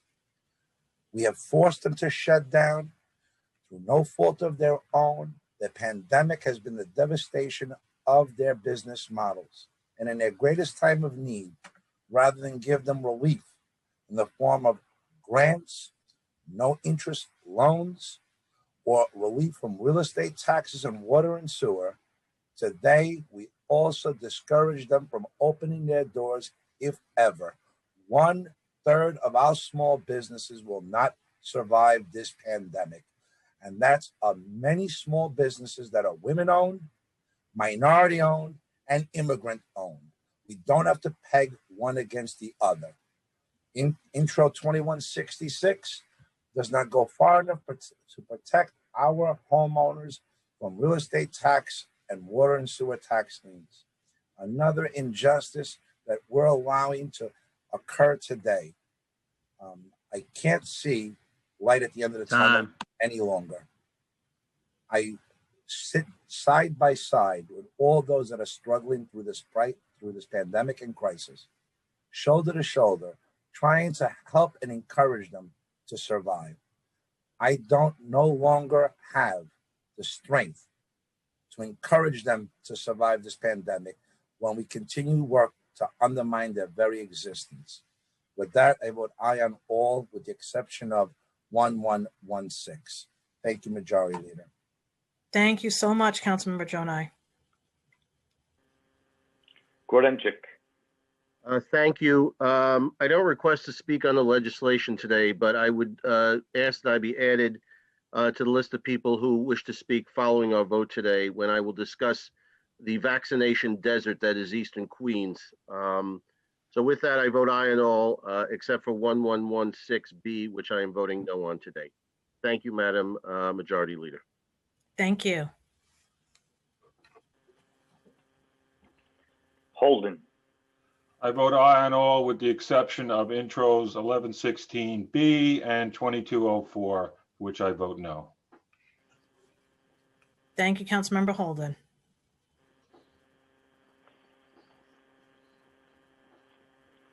Kalos. I vote aye on all. Koo.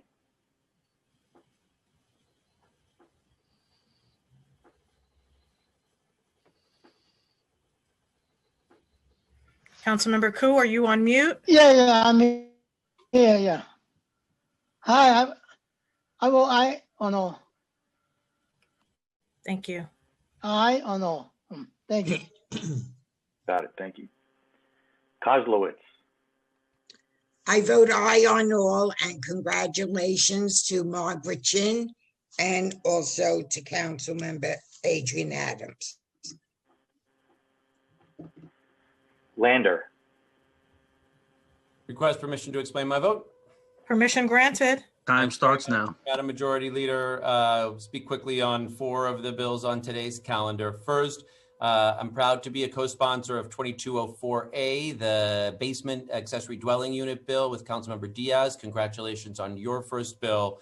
As Councilmember Barron said, we have been proud to work hard to get it to this point. But we're handing it off to you and Councilmember Adams to get it across the finish line. That program needs to succeed. It needs to scale up, enabling New Yorkers to be able to regularize those basement units. It's critical for affordable housing. Proud to co-sponsor it with you and look forward to you and Councilmember Adams carrying it forward. Second, big props on 1994 to Councilmember Ampry Samuel. We've been talking about this for a long time, but it is so critical to have good public education about ranked choice voting as we have the first elections where it's taking place. And you have not let a difficult issue or challenges or even your own questions about whether it should happen let up from making sure people get the information that they need. And it's great we're voting on it today. And I want to thank you for fighting to get it to this point.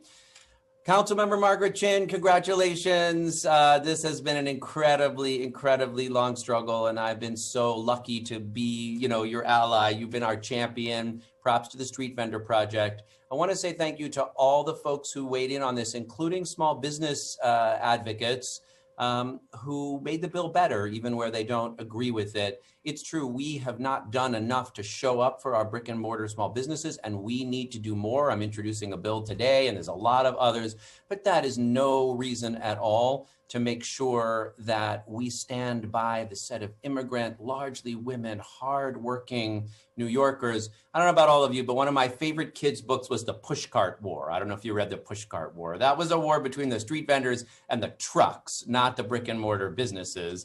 But it was one of the ways I thought about who's working hardest. Madam Majority Leader, can I have 30 more seconds?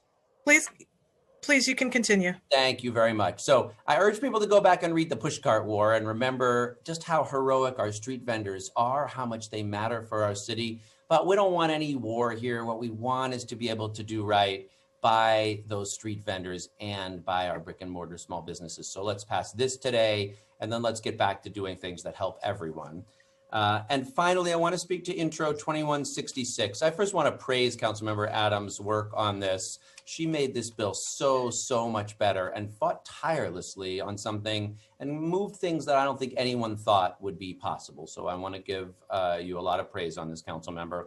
I had pledged publicly that I would not support a lien sale during the pandemic or during the remainder of my year in office, and I'm going to live up to that and vote no on this bill, but I think you have done an excellent job making it better and working hard to defend homeowners in your district and around the city. So with that, I'm voting aye on all except for 2166, on which I vote no, with congratulations to all of those bill sponsors and all of my colleagues. Thank you. Levin. Thank you, Councilmember Lander. Councilmember Levin. Yes, I vote aye on all. In particular, I want to acknowledge the significant work that Councilmember Chin did on the vendor bill. Councilmember Adams did on the lien sale reform legislation, and Councilmember Andrew Samuel did on the ranked choice voting bills. None of these were easy issues.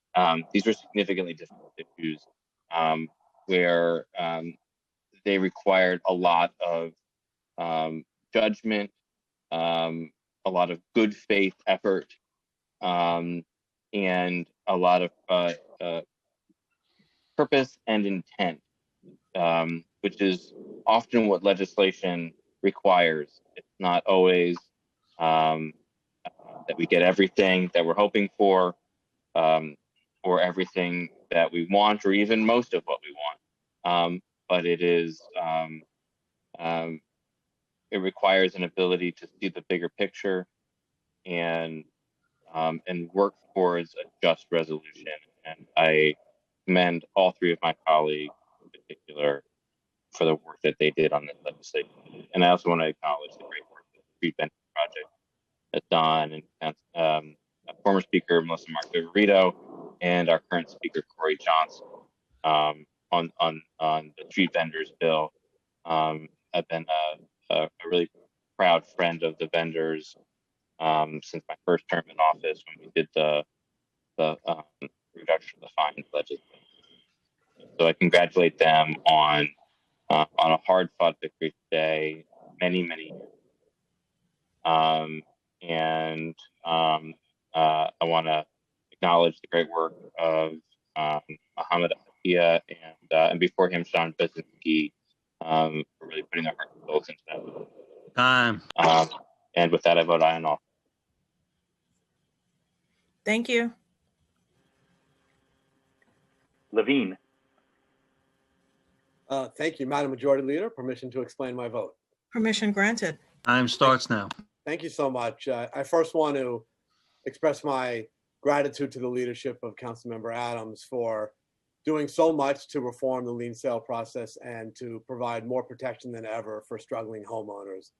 And I also want to thank all the leaders who have brought 1116 to the floor for a vote today after years of work, starting with Councilmember Chen, who's just fought relentlessly for this.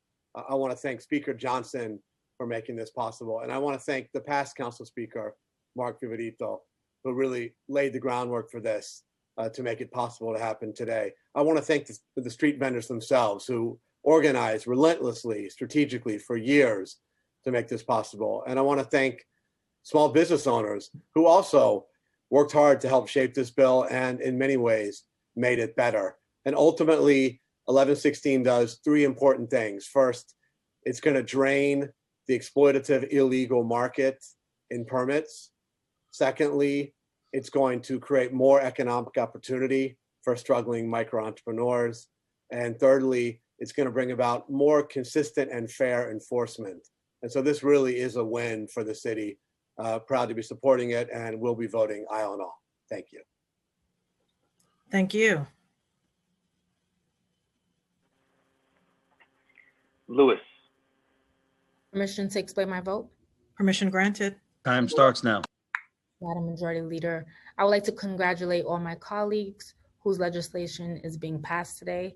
As a council, we have enacted several bills to support small businesses, especially bills for our local mom and pop shops.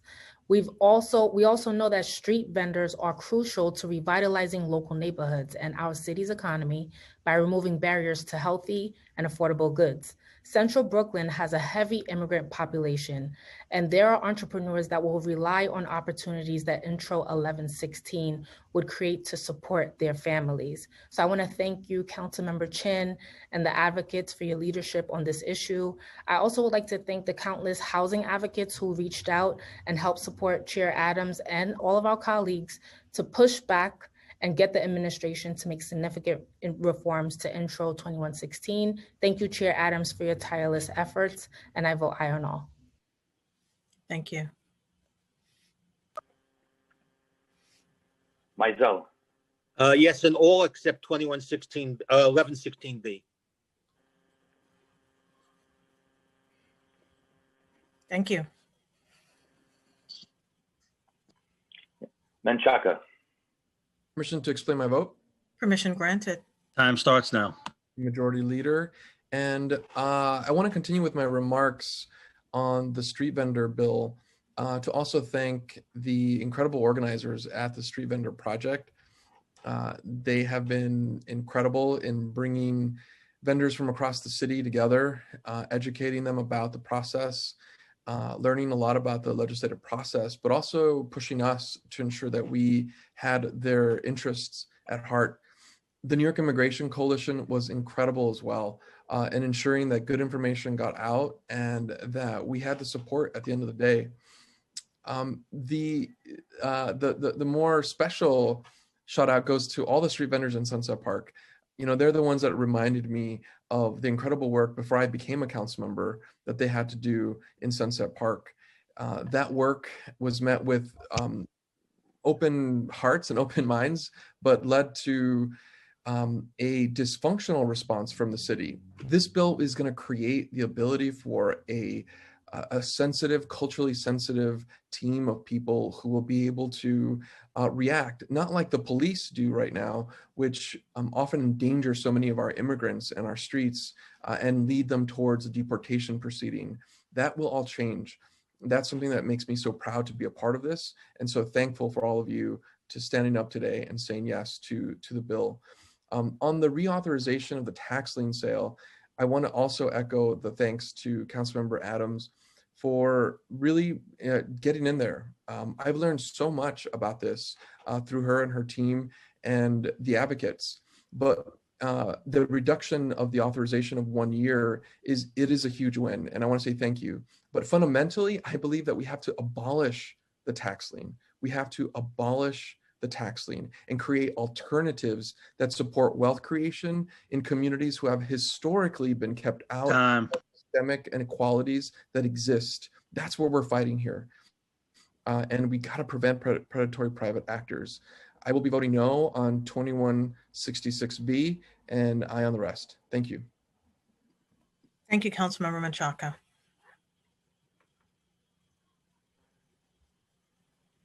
Miller.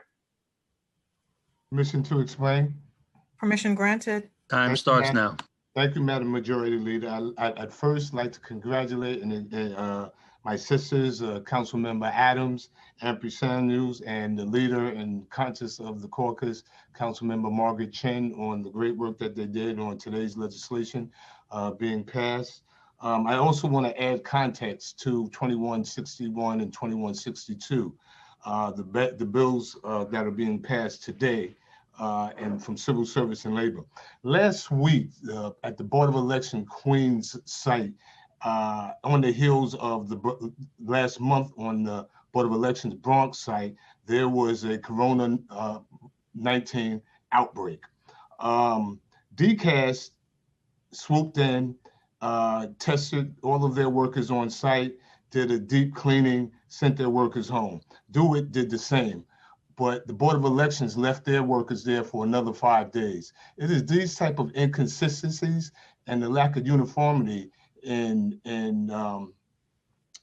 workplace safety governance that really makes this legislation necessary. And time again, we've heard this over the past 10 months that workers weren't given access to PPEs, training for PPEs, and the type of support that they need in going out and doing the job that makes New Yorkers' life so seamless. So I asked us all to, all of our colleagues to support 2161, 2162.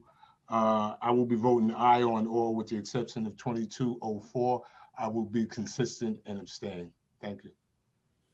Thank you.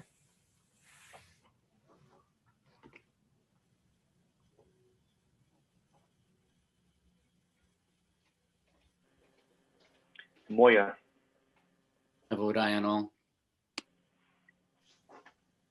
Perkins,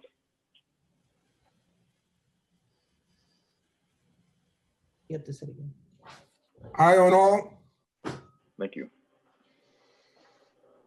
Powers, I vote aye on all. I want to say congratulations, everyone, for a number of bills on here today, which I know came with a lot of work over a very long period of time. So I want to say congrats to everyone who worked on those.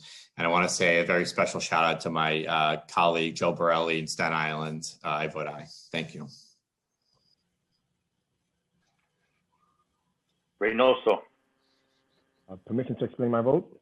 Permission granted. Time Thank starts you. now. Thank you, Madam Majority Leader. I just want to start by saying congratulations to Councilmember Margaret Chin for the work that she did with the street vendors bill. But I do think we need to pay attention to the fact that helping the street vendors does not mean that we can't help small businesses. I was able to pass a bill related to outdoor dining that really reimagined our streets and gave a lifeline to many small businesses in our community. It did it equitably by allowing all restaurants to be able to use the outdoor spaces without having to spend any money.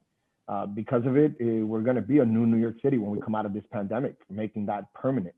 But there's a lot more we can do as a city council to help small businesses. There's tons of bills that have been introduced by council members that can really affect change for small businesses. And they're not up. They're just not up. And we need to start forcing the hand here, make sure that the Small Business Committee is hearing these and that we're passing them so that this is not a street vendors versus small business conversation. This is about helping them all. And we can do that. We have the power, we have the authority, and we have the legislation. So I'm hoping that in the next stated, there are a slew of small business bills that we can pass and not make this us versus them when everyone should be getting help during the pandemic. I want to vote aye on all with the exception of intro 2166. I agree that Councilmember Adrian Adams has done an amazing job at looking towards the reform, but I still think that this is one item that should have never existed in the first place. And if there is an opportunity for us to stop it from continuing to exist, we should take that. So again, I'll vote aye on all with the exception of intro 2166B. And I do want to say for the last 10 seconds, Councilmember Alika Amper Samuel is absolutely right. There are some people that are going to fight, some people that are going to educate, and we all play our roles in exactly how this ranked choice voting is going to happen. And for her to find money and resources to educate, I think is valuable. It doesn't mean that other parallel fights can't happen. So again, I'm grateful for her work there as well. Again, I vote aye on all with the exception of intro 2166B. Thank you. thank you. Councilmember Riley, Aye on all. Rivera, Permission to explain my vote? Permission granted. Time starts now. Thank you, Madam Majority Leader. I want to thank Councilmember Margaret Chin, Speaker Johnson, and all of the advocates who fought to pass this important legislation, 11116. This is your victory. Let's remember many of our city's most successful restaurants started out as food carts owned by immigrant entrepreneurs looking to make their way in the city. Vending is, simply put, one of the most crucial economic pathways out of poverty for immigrant New Yorkers, and they are undoubtedly New York City landmark businesses. Hot pretzels, juice carts, Mr. Softy, people follow them on social and they go to them like fans to an artist. But our city has failed for decades to address the bad policies, the bureaucracy, the inaction that resulted in a 30-year cap on new food vendor permits. The exploitation and corruption is so widespread that an estimated 70 to 80% of the city's vending permits are being used illegally, according to data from the Street Vendor Project. Earlier today, we rallied with street vendors. They said this was a tremendous relief, like a boulder was being lifted from their shoulders. People who are street vendors because their fathers were, because their children are hungry.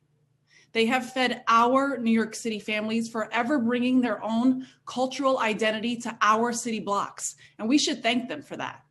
And the ultimate goal here was always to balance the needs of vendors, customers, residents, and brick and mortar establishments. And I want to thank our legislative and legal divisions and Jason Goldman for working tirelessly with vendors, bids, supermarkets, and restaurants. I know that not everyone agrees with this bill, but at the very least, I can say that people across the city and at least bids in Manhattan have recognized the real work done to make improvements to the legislation, and they respect the tremendous organizing done. So with respect to all of these small businesses, our street vendors, I proudly vote aye on all to ensure that vendors are a welcome part of any community in New York City. Thank you. Thank Rodriguez. Sorry, Rodriguez, Councilmember Rodriguez. Yes. So as I explained before, I'm proud of how hard Margaret Chen and all the colleagues been working when it comes to the street vendor.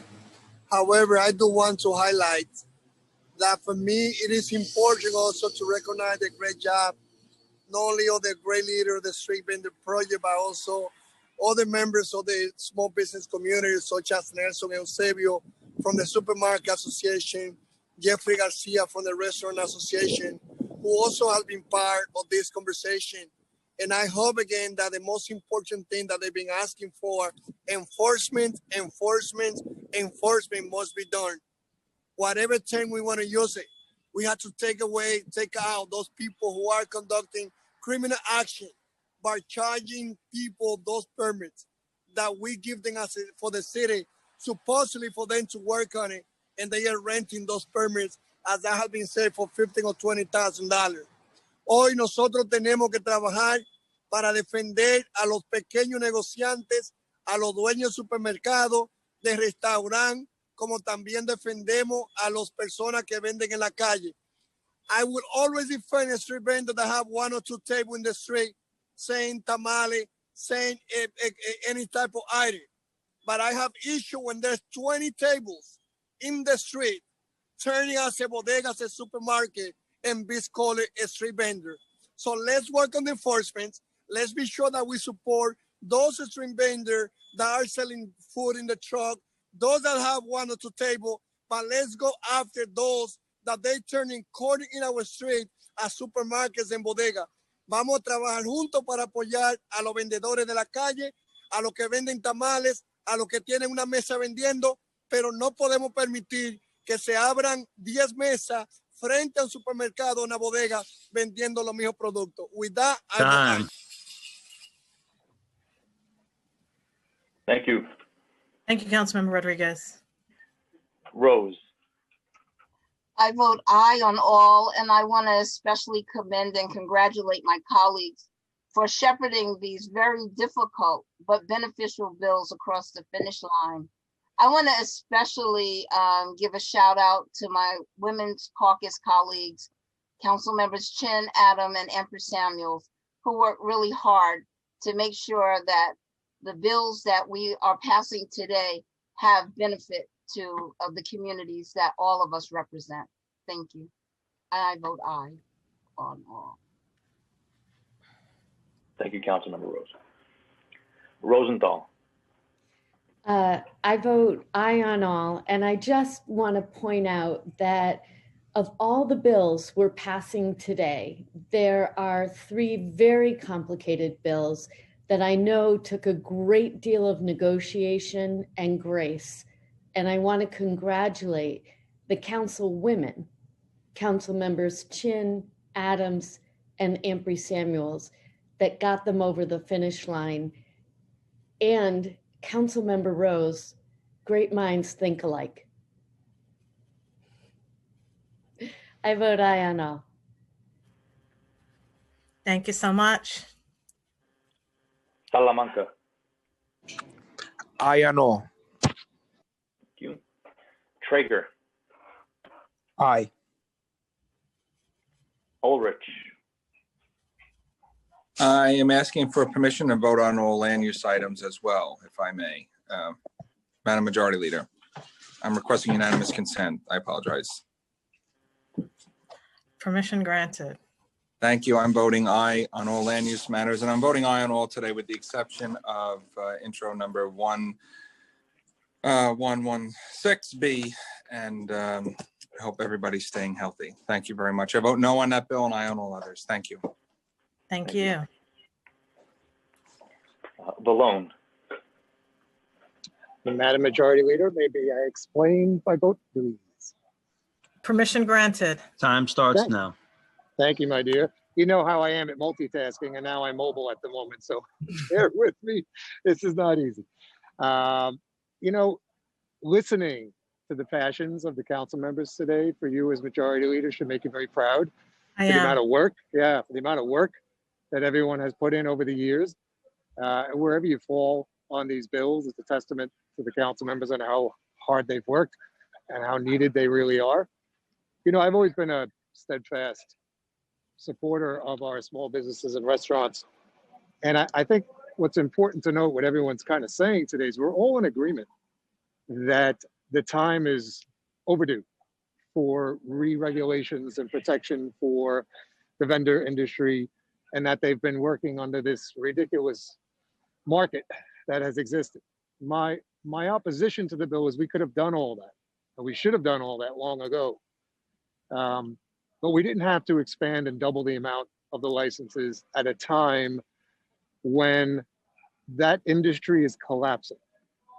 The restaurants and small business industry, simply put, is collapsing. And the timing of this bill, we could have done the re-protection of the industry without doing everything at once, which is what my point was from the very beginning. We should have held off in abeyance the expansion until the COVID crisis has been in place. So many council members have said we should be doing more, and we haven't for restaurants and small businesses, and the time is now. And I cannot support that bill that does not create the equity for all. We keep saying we should do more for small businesses. It's time for this. It was, and we could have, and we should have changed this market. So we heard Councilmember Rivera's passion about how hard it was to get into that field, and that needed to be addressed, but we did too much. And so what I'd like to say is we need to immediately, critically look at the surviving restaurants and explain. We should have given exclusionary zones. We should have listened to the bids. We should have made sure that placement was fair to all. We didn't do that. So with that, I'd like to, let me just switch over, say aye. I vote aye on all, except for intro 1116 and preconsidered intro 2204. And thank you, Councilmember Hein-Deutsch, for your passionate remarks about your community. God bless everyone.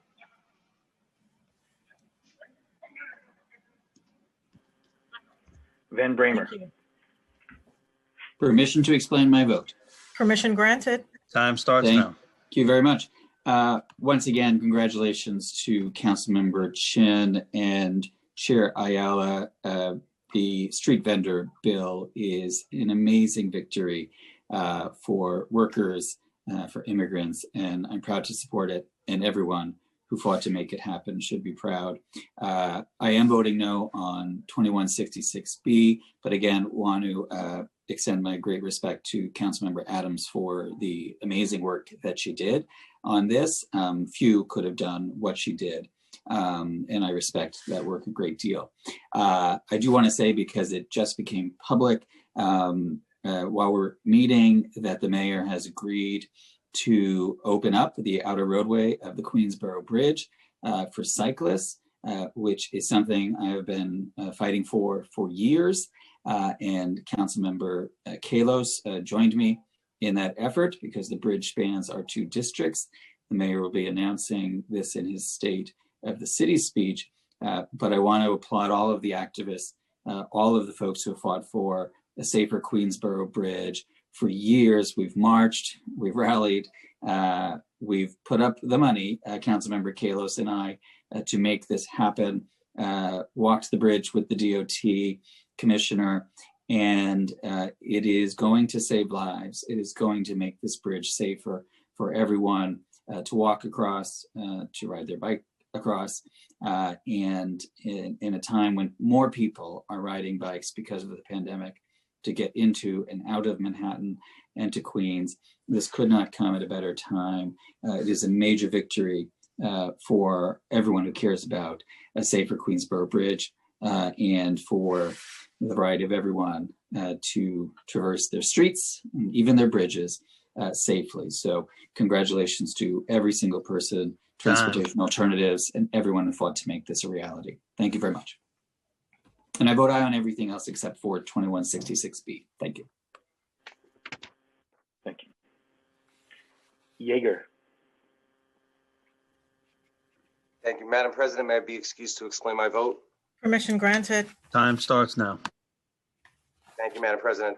First, I would like to begin just by thanking Councilman Deutsch for his words on Holocaust Remembrance Day. He's long known for speaking about his parents, whom I knew, and their trials and how they made it to America. And as Chaim knows, 4 of my great-grandparents, dozens of my great-aunts, uncles, cousins were murdered by the Nazis, along with 6 million members of Chaim and my family.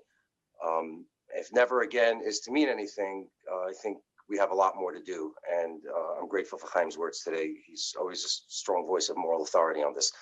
Councilmember Darma Diaz bill, Intro 2204, I'm proud to co-sponsor it with her. I'm very proud of the work that she's done. I look forward to seeing how we can appropriately replicate this throughout the city. And I joined in co-sponsoring this, as I did with the original version, Local Law 49 of 2019. I think this is an important step towards creating affordable housing in our city. With respect to introduction 1116, my remarks more fully extended earlier this morning in the committee. But you know, I just want to quote my colleague Councilman Constantinides. His words were, "The world has changed," and indeed it has. A hearing on this bill was held in April of 2019. We're a year and a half or longer since then, and a lot has changed. And I think before we ought to have passed this bill today, we probably could have done ourselves good and the people of New York good by having another hearing to really hear how, at least right now, whether or not this is a good idea to pass. And for that reason, I'm going to vote no on that. And with respect to the lien sale, as I said earlier, I do not feel comfortable looking my constituents in the eye when they have their lien sale troubles later this year after the administration turns it back on and saying that this is my fault that it's happening to you. I will not do that. Time. I ask the Madam President for just a couple more seconds. Please. I won't do that. I don't believe it's right. I don't believe we ought to be doing it. And as I said before, if we did not do this today, if we did not take this vote, the lien sale would be dead as it is already right now. The city of New York does not have the authority for the last 28 days to do a lien sale. We are giving the city the authority to do this to our own communities, to our own constituents. I won't look my friends, my neighbors in the eye and tell them it's me who did it. I won't do it. And so, Madam President, with that, in great respect to those members who worked on this topic, it's just not something I feel comfortable with. I will vote aye on all with the exception of introductions 1116 and introduction 2166. And thank you very much for the additional time, Madam President. Thank you.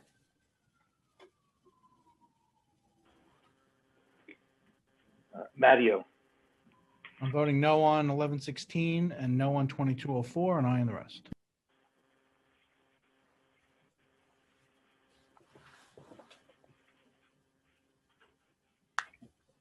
Cumbo. Thank you. I just wanted to close with clarifying a few points that were said. For me, when the voters voted on ranked choice voting, it came with an education plan promise. And we all know that in the midst of this pandemic, with such a delayed response to how the education plan would roll out, it is in fact an impossibility to educate New Yorkers at this time. It's not only impossible, it's also unsafe. And so that is where my passion for this comes from. In addition to that, it's also very difficult for me to be a part of a process that elected Letitia James as Attorney General, Jumaane Williams as Public Advocate, borough presidents like Eric Adams and Ruben Diaz. The level of diversity that we've seen in New York City politics, from the LGBTQ community to women to people of color. We have one of the most diverse political bodies, I would arguably say, in the world. And this movement to unravel or to come up with a solution to a problem that does not exist is very difficult for me to participate in. I respect Councilmember Alika Ampry-Samuel. This is the right bill for 2019. And so I thank you for your advocacy, for your courage, and for your strength to continue to push this forward, because as this is railroaded throughout New York City, at a certain point, I suspect we may have to vote in a ranked choice voting system. So with that, I vote no on 1994. I vote aye on all of the rest. I applaud the courage of Councilmember Adams on her particular bill. I understand the challenges on both sides, but it takes a true leader and a true voice to come up with a solution, knowing that not all parties are going to agree or to come to the same conclusion. And I thank you for your tenacity and your courage. Thank you.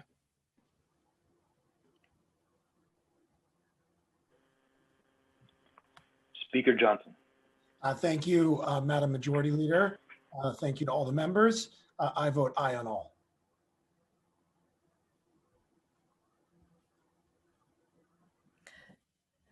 Thank you so much. I'm ready. You ready? Yes. All items on today's general order calendar have a vote of 47 in the affirmative, 0 in the negative, and no abstentions. With the exception of the following bills, introduction 1116B has a vote of 34 in the affirmative, 13 in the negative, no abstentions. Introduction 2166B has 39 in the affirmative, 8 in the negative, no abstentions. Introduction 2204A has 42 in the affirmative, 4 in the negative, 1 abstention. And introduction 1994A has 46 in the affirmative, 1 in the negative, and no abstentions. Thank you. Thank you. The items on today's general orders calendar are adopted. Introduction and reading of bills. All bills are referred to committees as indicated on today's agenda. Thank you, Speaker Johnson. There are no resolutions on today's calendar, so we'll now move into general discussion. As a reminder, please wait until the Sergeant at Arms begins the countdown clock before you begin your remarks. Mr. Parliamentarian, are there any council members who wish to speak? Yes, Madam Majority Leader. Council members Barron, Kalos, Grodenchik, Rodriguez, and Koo. All right, Councilmember Barron. Time starts now. Thank you, Madam Majority Leader. I just want to call attention to the passing of Mr. Melvin Faulkner, a gentleman who is well known in our community, a father, a grandfather, a husband for 58 years, who is married to Carolyn Faulkner. He served in the Air Force. He was a veteran. And he was a deacon at Rehoboth Church. He's also served with the Black Vets for Social Justice. And when I was in the assembly, he was a staff member for me, and he is currently just serving with Assemblymember Charles Barron in his office. And Mr. Faulkner was a gem. He was a gentleman. He was kind. He was intelligent. He was forceful. He was unafraid to speak what he thought to be the case. And he was effective in helping over 200 families avoid foreclosure on their homes.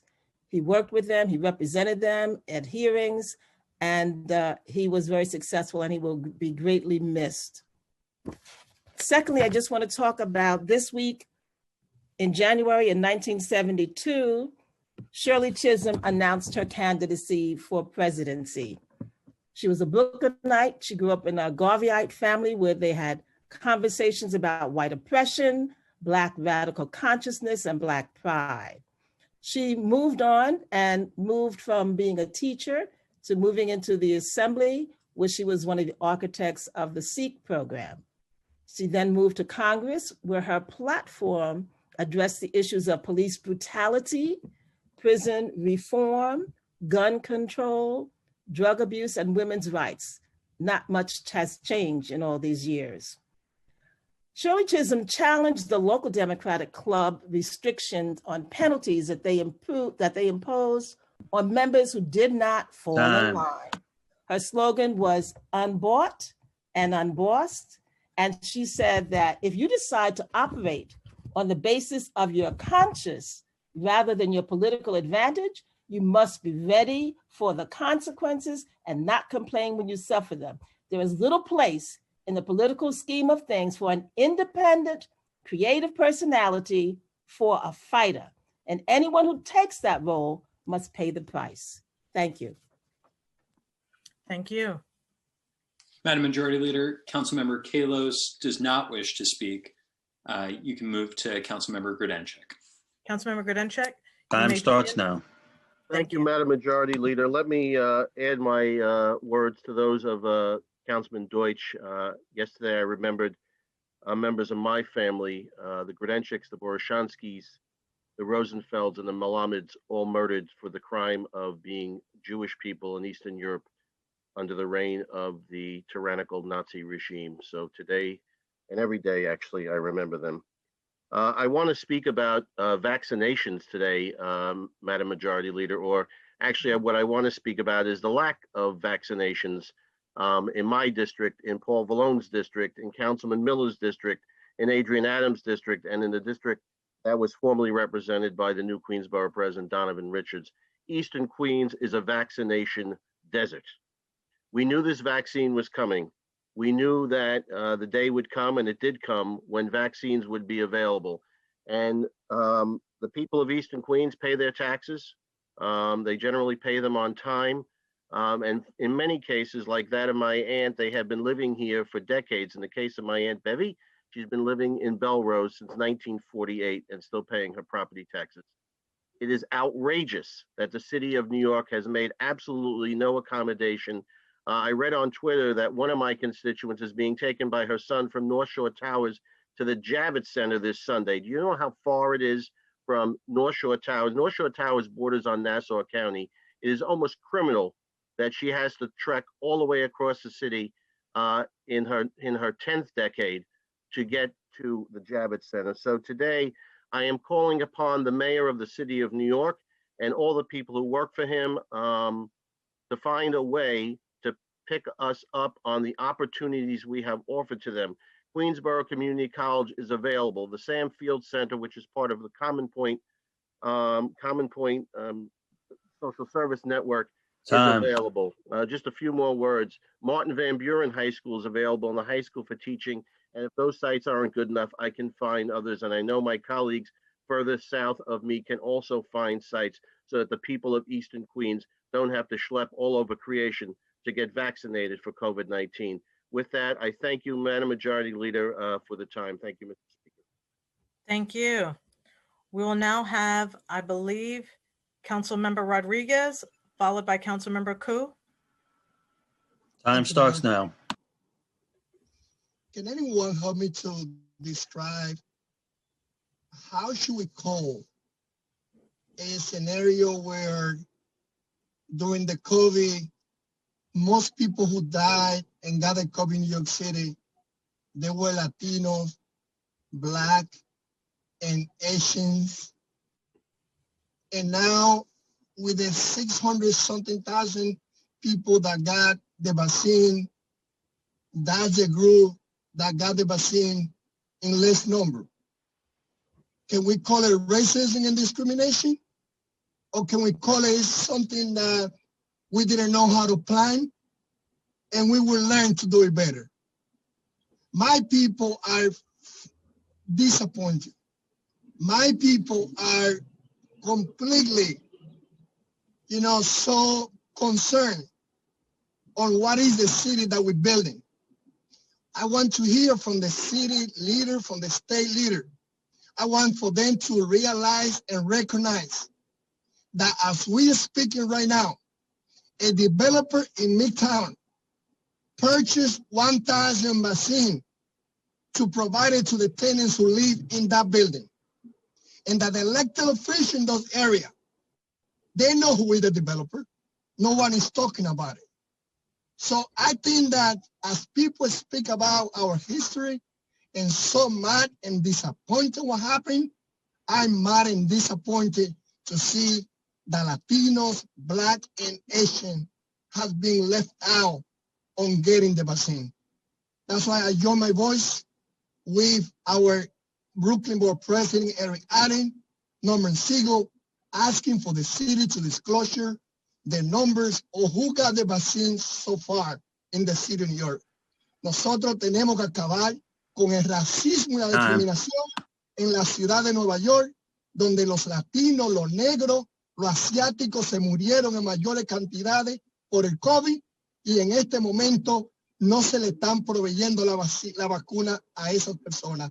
Eso es racismo y eso es discriminación y no se puede permitir. Thank you. Thank you. Councilmember Ku. Time starts now. Thank you, Majority Leader. I want to congratulate Margaret and others and Jason for passing this vendor bill today.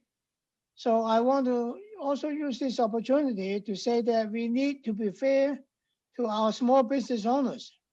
I have a bill, Intro 1145, that would exempt stores from item pricing requirements, provided they have scanners accessible to customers.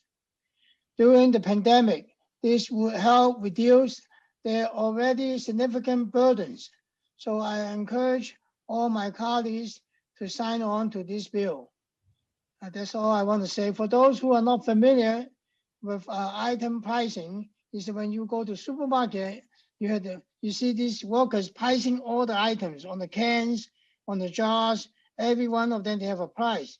But if you have a scanner on the shelf, you don't need to spend hours of time to do the tap all the price stickers on the cans, on the jars.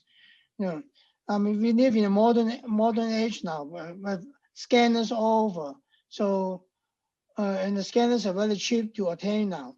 So if a store has a couple of scanners, customers want to know the price, they just go to the scanner and scan it, and then save a lot of time and save a lot of stickers. It's good for the world in terms of we don't have to use so much papers. Thank you very much. Thank you so much, Councilmember Ku. Are there any other members that wish to speak at this time, Mr. Parliamentarian? Yes, Councilmember Miller. Time starts now. Thank you very much, Madam Majority Leader. There's been a lot of conversation and discussion by the body this afternoon about the COVID vaccine and its distribution. I want to add my voice to that. And we met 3 weeks ago, members of the Black, Latino, and Asian Caucus and others were at City Hall with a plan on a rollout. We wanted to ensure that the communities that had been disproportionately impacted by COVID-19, those communities that have been ravaged by death and destruction, that they had not been left out of the vaccination process. Unfortunately, we were back again this past Sunday at the Department of Health with Borough President Adams, again with others, to show and demonstrate that over the past 3 weeks and on the rollout of the vaccine, those same communities had been left out. The fact that less than 5% of those who received vaccinations in the first 2 weeks were Black, Latino, or Asian. Less than one third of all the folks who received the vaccine came from outside of the city of New York. In particular, the workers that make our lives so seamless and do the work that keep us safe each and every day. Many of these workers have to wait until March to be vaccinated, while others who have the privilege of working from home have gotten vaccinated. And so this is unfair, and we will be introducing a resolution to that effect. The resolution that has been sponsored by myself and executive members of the caucus, along with other members of the caucus and the borough president, demands that these communities that were impacted by the pandemic be prioritized, that the communities of color, immigrants, and other at-risk communities and demographics equitably be included in the vaccine program, that eligibility criteria to be expanded to include underlying conditions of health, that the New York State Department of Health should create a more understandable color-coded tiered system to define eligibility levels. Vaccination sites should be open 24/7. The state must develop a publicly accessible real-time vaccination dashboard. This discloses vaccination data, disaggregates by race, ethnicity, gender, age, sexual orientation, employment, and zip code. I ask my colleagues to join us in signing on to this. Look forward to doing this work and making sure that the city and the state has the continuity to ensure that the communities that were most impacted are served and have access to the vaccine. Thank you, Madam Majority Leader. Thank you, colleagues. Thank you, Councilmember Miller. Are there any other members that wish to speak at this time? No, Madam Majority Leader. All right. With that being said, I'll now call on Speaker Corey Johnson to close today's stated meeting. And thank you all so much for the spirited and passionate exchange on the floor today. Thank you, Madam Majority Leader. The stated meeting of January 28th, 2021 is hereby adjourned. Everyone be safe and healthy.